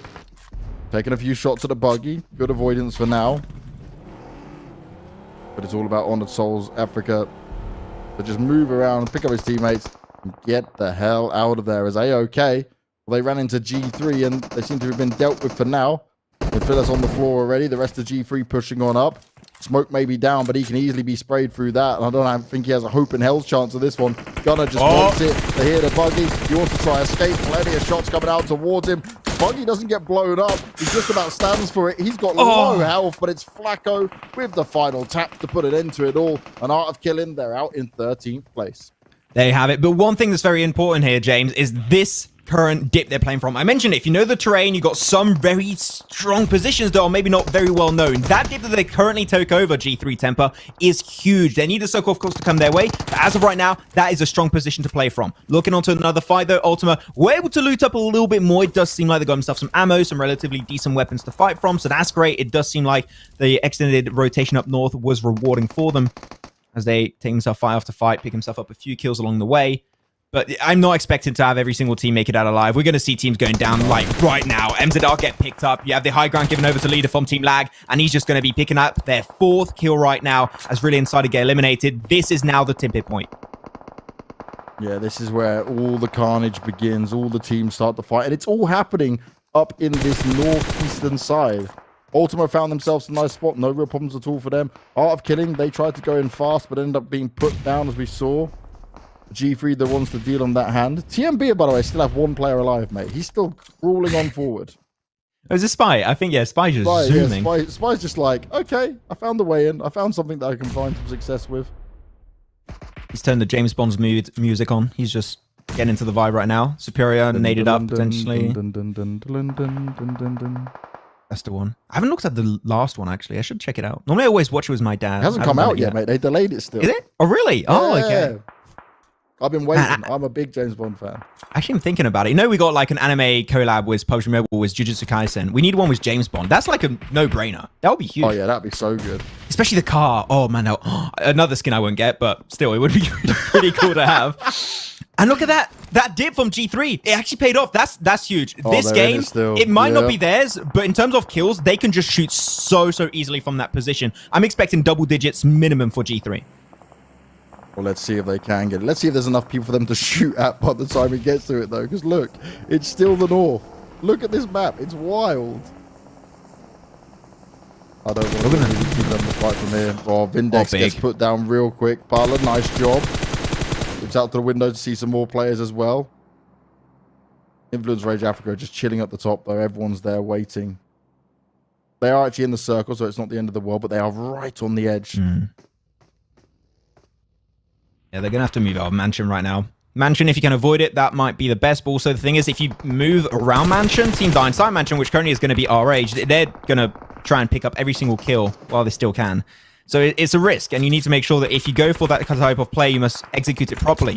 Souls going to get himself a really strong position currently in the circle, but there you go. Team Lag, they're going to pull the trigger. They're moving forward as they're going to be going straight for the building held on by RH. One player going to be knocked down. That's Fantasy. Jump out of the balcony. Akina, that's a huge potential play, but unfortunately gets shut down instantly. As now Lag, they made it inside the building. They are deep inside the enemy trenches. As they're looking for the extra double. Zero, the nade does not quite connect. He's down to 50% HP as he goes in with the AKM on the silencer. One more kill remaining. That's all they need to clear out this building. Slay OP gets also taken on down as that's the end of RH, and Lag will make it out alive just by a thread. What a crash. Berserk was already gone. They just had 3 players. Okay, 2 get knocked. But you're now up at 7 kills. You crashed, took the space you needed. You're in the circle. There's no teams directly that close to you where you have to be super worried yet. They're going to recover from this. Yeah. Fantastic. As a 3-man, that's huge. This is a great compound as a 3-man. And I think they're also barely, they're actually barely in circles. So they can just stay there, wait to see where phase 6 goes, and off the back of that, make a play. And they also got so many cars down below, right? They can make a makeshift compound, car fort inside the circle, wherever they want, because you've got to keep in mind, this next circle will have no buildings to play from. It's all terrain, all trees, all rocks. Those cars are huge to play around if you can use them properly. Oh, but you said there's no compound that you can play from. Imagine if it just only like goes down back towards them or something. And there stays in it. We said don't touch the button, okay? Don't do it. It's not the time. How long have I got? I got a little bit of time. I might press it. Don't do it. Waited. Don't do it. No. I said don't do it. Imperium will be sad. Don't do it. Oh, that's even more reason to do it then. Revenge. I was expecting that actually. You know what? Fair enough. There you go. It's going to shift. Hey, right on top. Oh, okay. Enough souls. Okay. I'll be happy with that. But still, now they've got to fend everyone off as it starts to come in. Teams down in the south going to have quite a way for them to go. The ones up in the north, not as bad, but they're the ones who will have to be fighting throughout all of it. Souls already put themselves in a good spot though, right? Blown out car. Yeah. Got another car by the side of Dark Ghost. Rock's there as well. I would maybe like to see Dark Ghost blow that car up just because it is a risk by him for when teams do start to send it. I would even move it. I don't think that one would be fine. I would have a little bit of like a little bit of 360-degree coverage. I think that right now they are just looking at the northern front. If a team pushes down south, they're still in a lot of trouble. So I would like to see them maybe create a little bit of a 90-degree angle with that vehicle. I think that'll be the best way. 9F trying to move out, picking up their own buggies. Hansley, one bullet, and he goes down. He's zooming through. Actually takes a shot, but just survives it. This Team Lag are also going to make it out of their own building. They got all the vehicles they currently need. And we said that those cars are detrimental to their win condition as they're going to full send it, but now players are going to be dropping down like nothing. Oh, Troper. Spy was desperately holding on. Solo player. Will find himself going down. Lag are now eliminated as well, who were looking good in the lobby, but their time is at an end. Zero tolerance on the next ones to fall. There's only 5 teams in it. The madness continues. Souls are going to be wanting to pick up as many of these kills as possible as well to try and jump on up. They could do with a good game. And 21st Century, mate, they're still in it. Just 2 alive. Getting tagged up a bit there. Maybe game over pretty soon if they're not careful. Ultima's the next ones to fall. And it's just shots, shots, shots. Everyone is throwing down smokes. Everyone's trying to find some cover. And could G3 be getting this one? Could they find themselves set up quite nicely? They came in from the south where there wasn't much competition.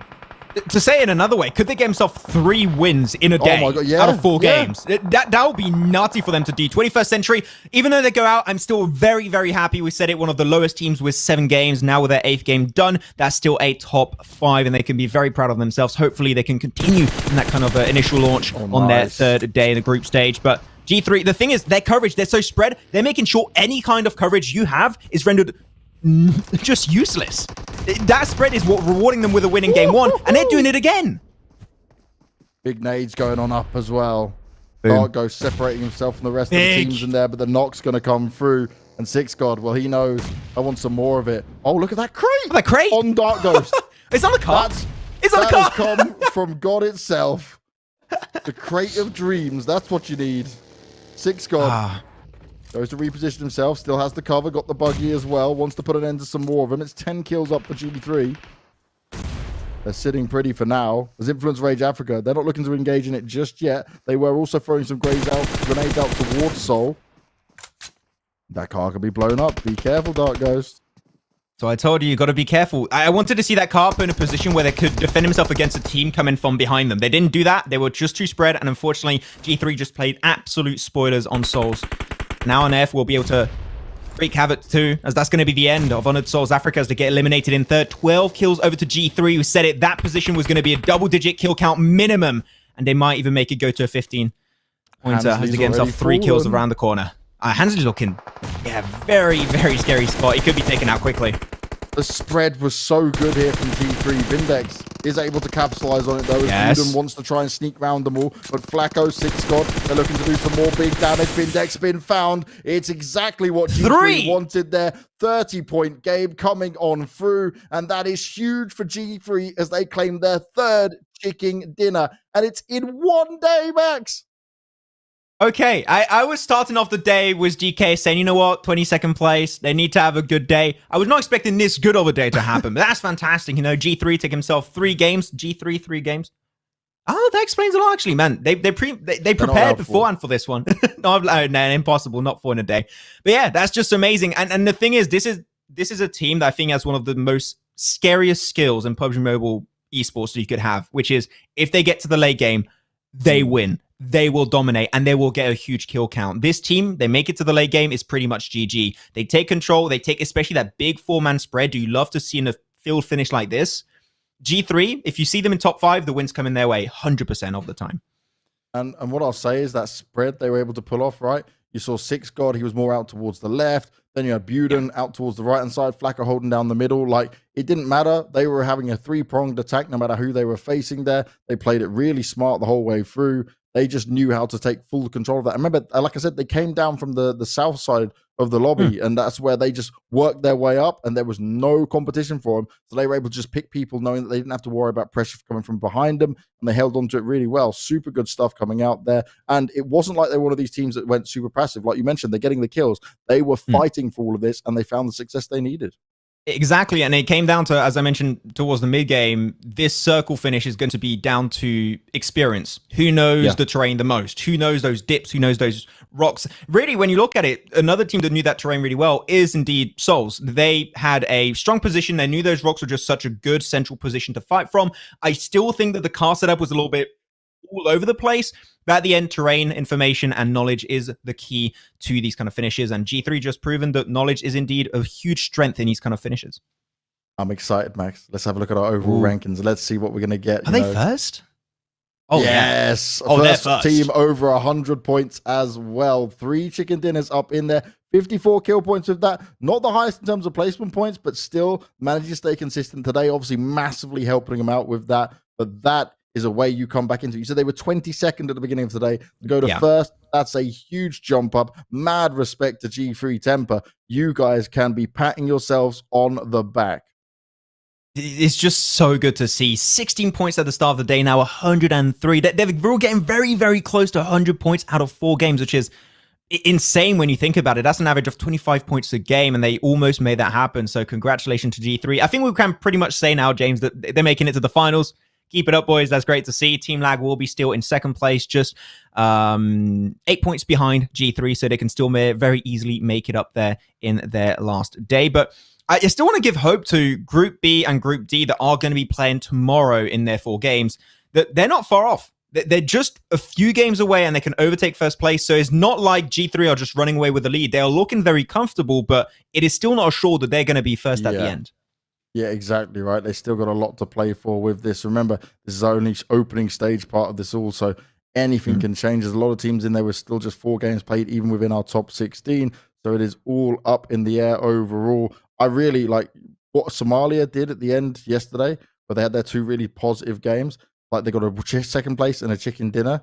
It was the chicken dinner on Erangel, 2nd place on Miramar. Could have been a win on Miramar as well. Very close. They played very smart. That's a team that I'm keeping a keen eye on, man. They interest me for sure.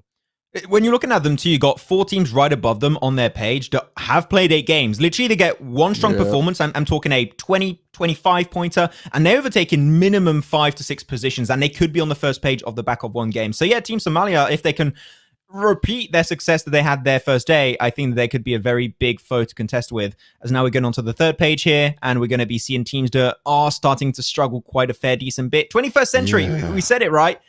They were looking good on that last game. They got himself a top 5, 30 points total at the end of their 2nd day. Still not quite enough to be in the top 16, but it keeps hope alive for their final day. Is if they do well on that final day, top 16 is definitely achievable for them. Yeah, all hope is not lost just yet. Though for Tropa, Maribondo, it's rough. Like, you're at 18 points right now, and the thing is, you qualified to be here in the first place, right? In a competitive region, you should definitely be happy with that. But it's like you're going to have a lot of learning to do from this. And some teams do have to finish lower down on it. Maybe if they have one of the most incredible days coming into the final 4 games that they would be playing, then there could be a chance in there for them. But, you know, yeah, you got to be realistic as well. The thing is, if you pull a G3, and really any team can make it happen, right? Any team can, well, I mean, it's still relatively hard, but if you pull a G3, boom, you're in the finals. That's great. But the thing is, as we see the African region evolve in PUBG Mobile Esport, it's still very inexperienced region, right? And I think that teams that still made it into the group stage of the PMCO can still, you know, pat themselves on the back and say, no, they made it to one of the biggest stages in PUBG Mobile Esports to date, which is great to see. And these are teams, when you're looking at the 2 last pages, that still have things to learn, have things to improve on. So I would say their approach is, if they don't make it to the finals, that's fine, but use every single game, every single day as an opportunity to learn and know what works, what doesn't work, and build something around that. And I think that if you can do that, that is a very good saying of a team that can improve and become one of the best of the region. Like, these teams that are on the bottom 16 might be the best team in Africa in just a few months' time. So keep on going, boys. Max, honestly, it's been great. Another day done and dusted. But I got to say, like, I'm just really impressed with the level that we've had here, right, from these teams. And this is just why I love commentating PUBG Mobile, because we get moments like this. We get these crazy games that go down. We get these endings. We get these teams. We can appreciate the tactical awareness of it all. But we do have to say goodbye. We do have to close the show. So we'll be back the same time tomorrow. Make sure you do not miss us, because it is getting closer and closer for us to be deciding which of our 16 teams will be making it further forward and going to the next step. So we'll see you guys tomorrow.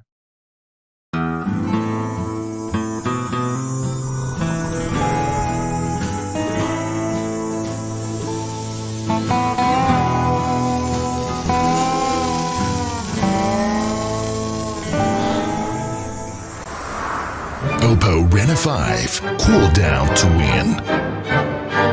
Oppo Reno 5, PUBG Mobile MENA Esports official designated smartphone.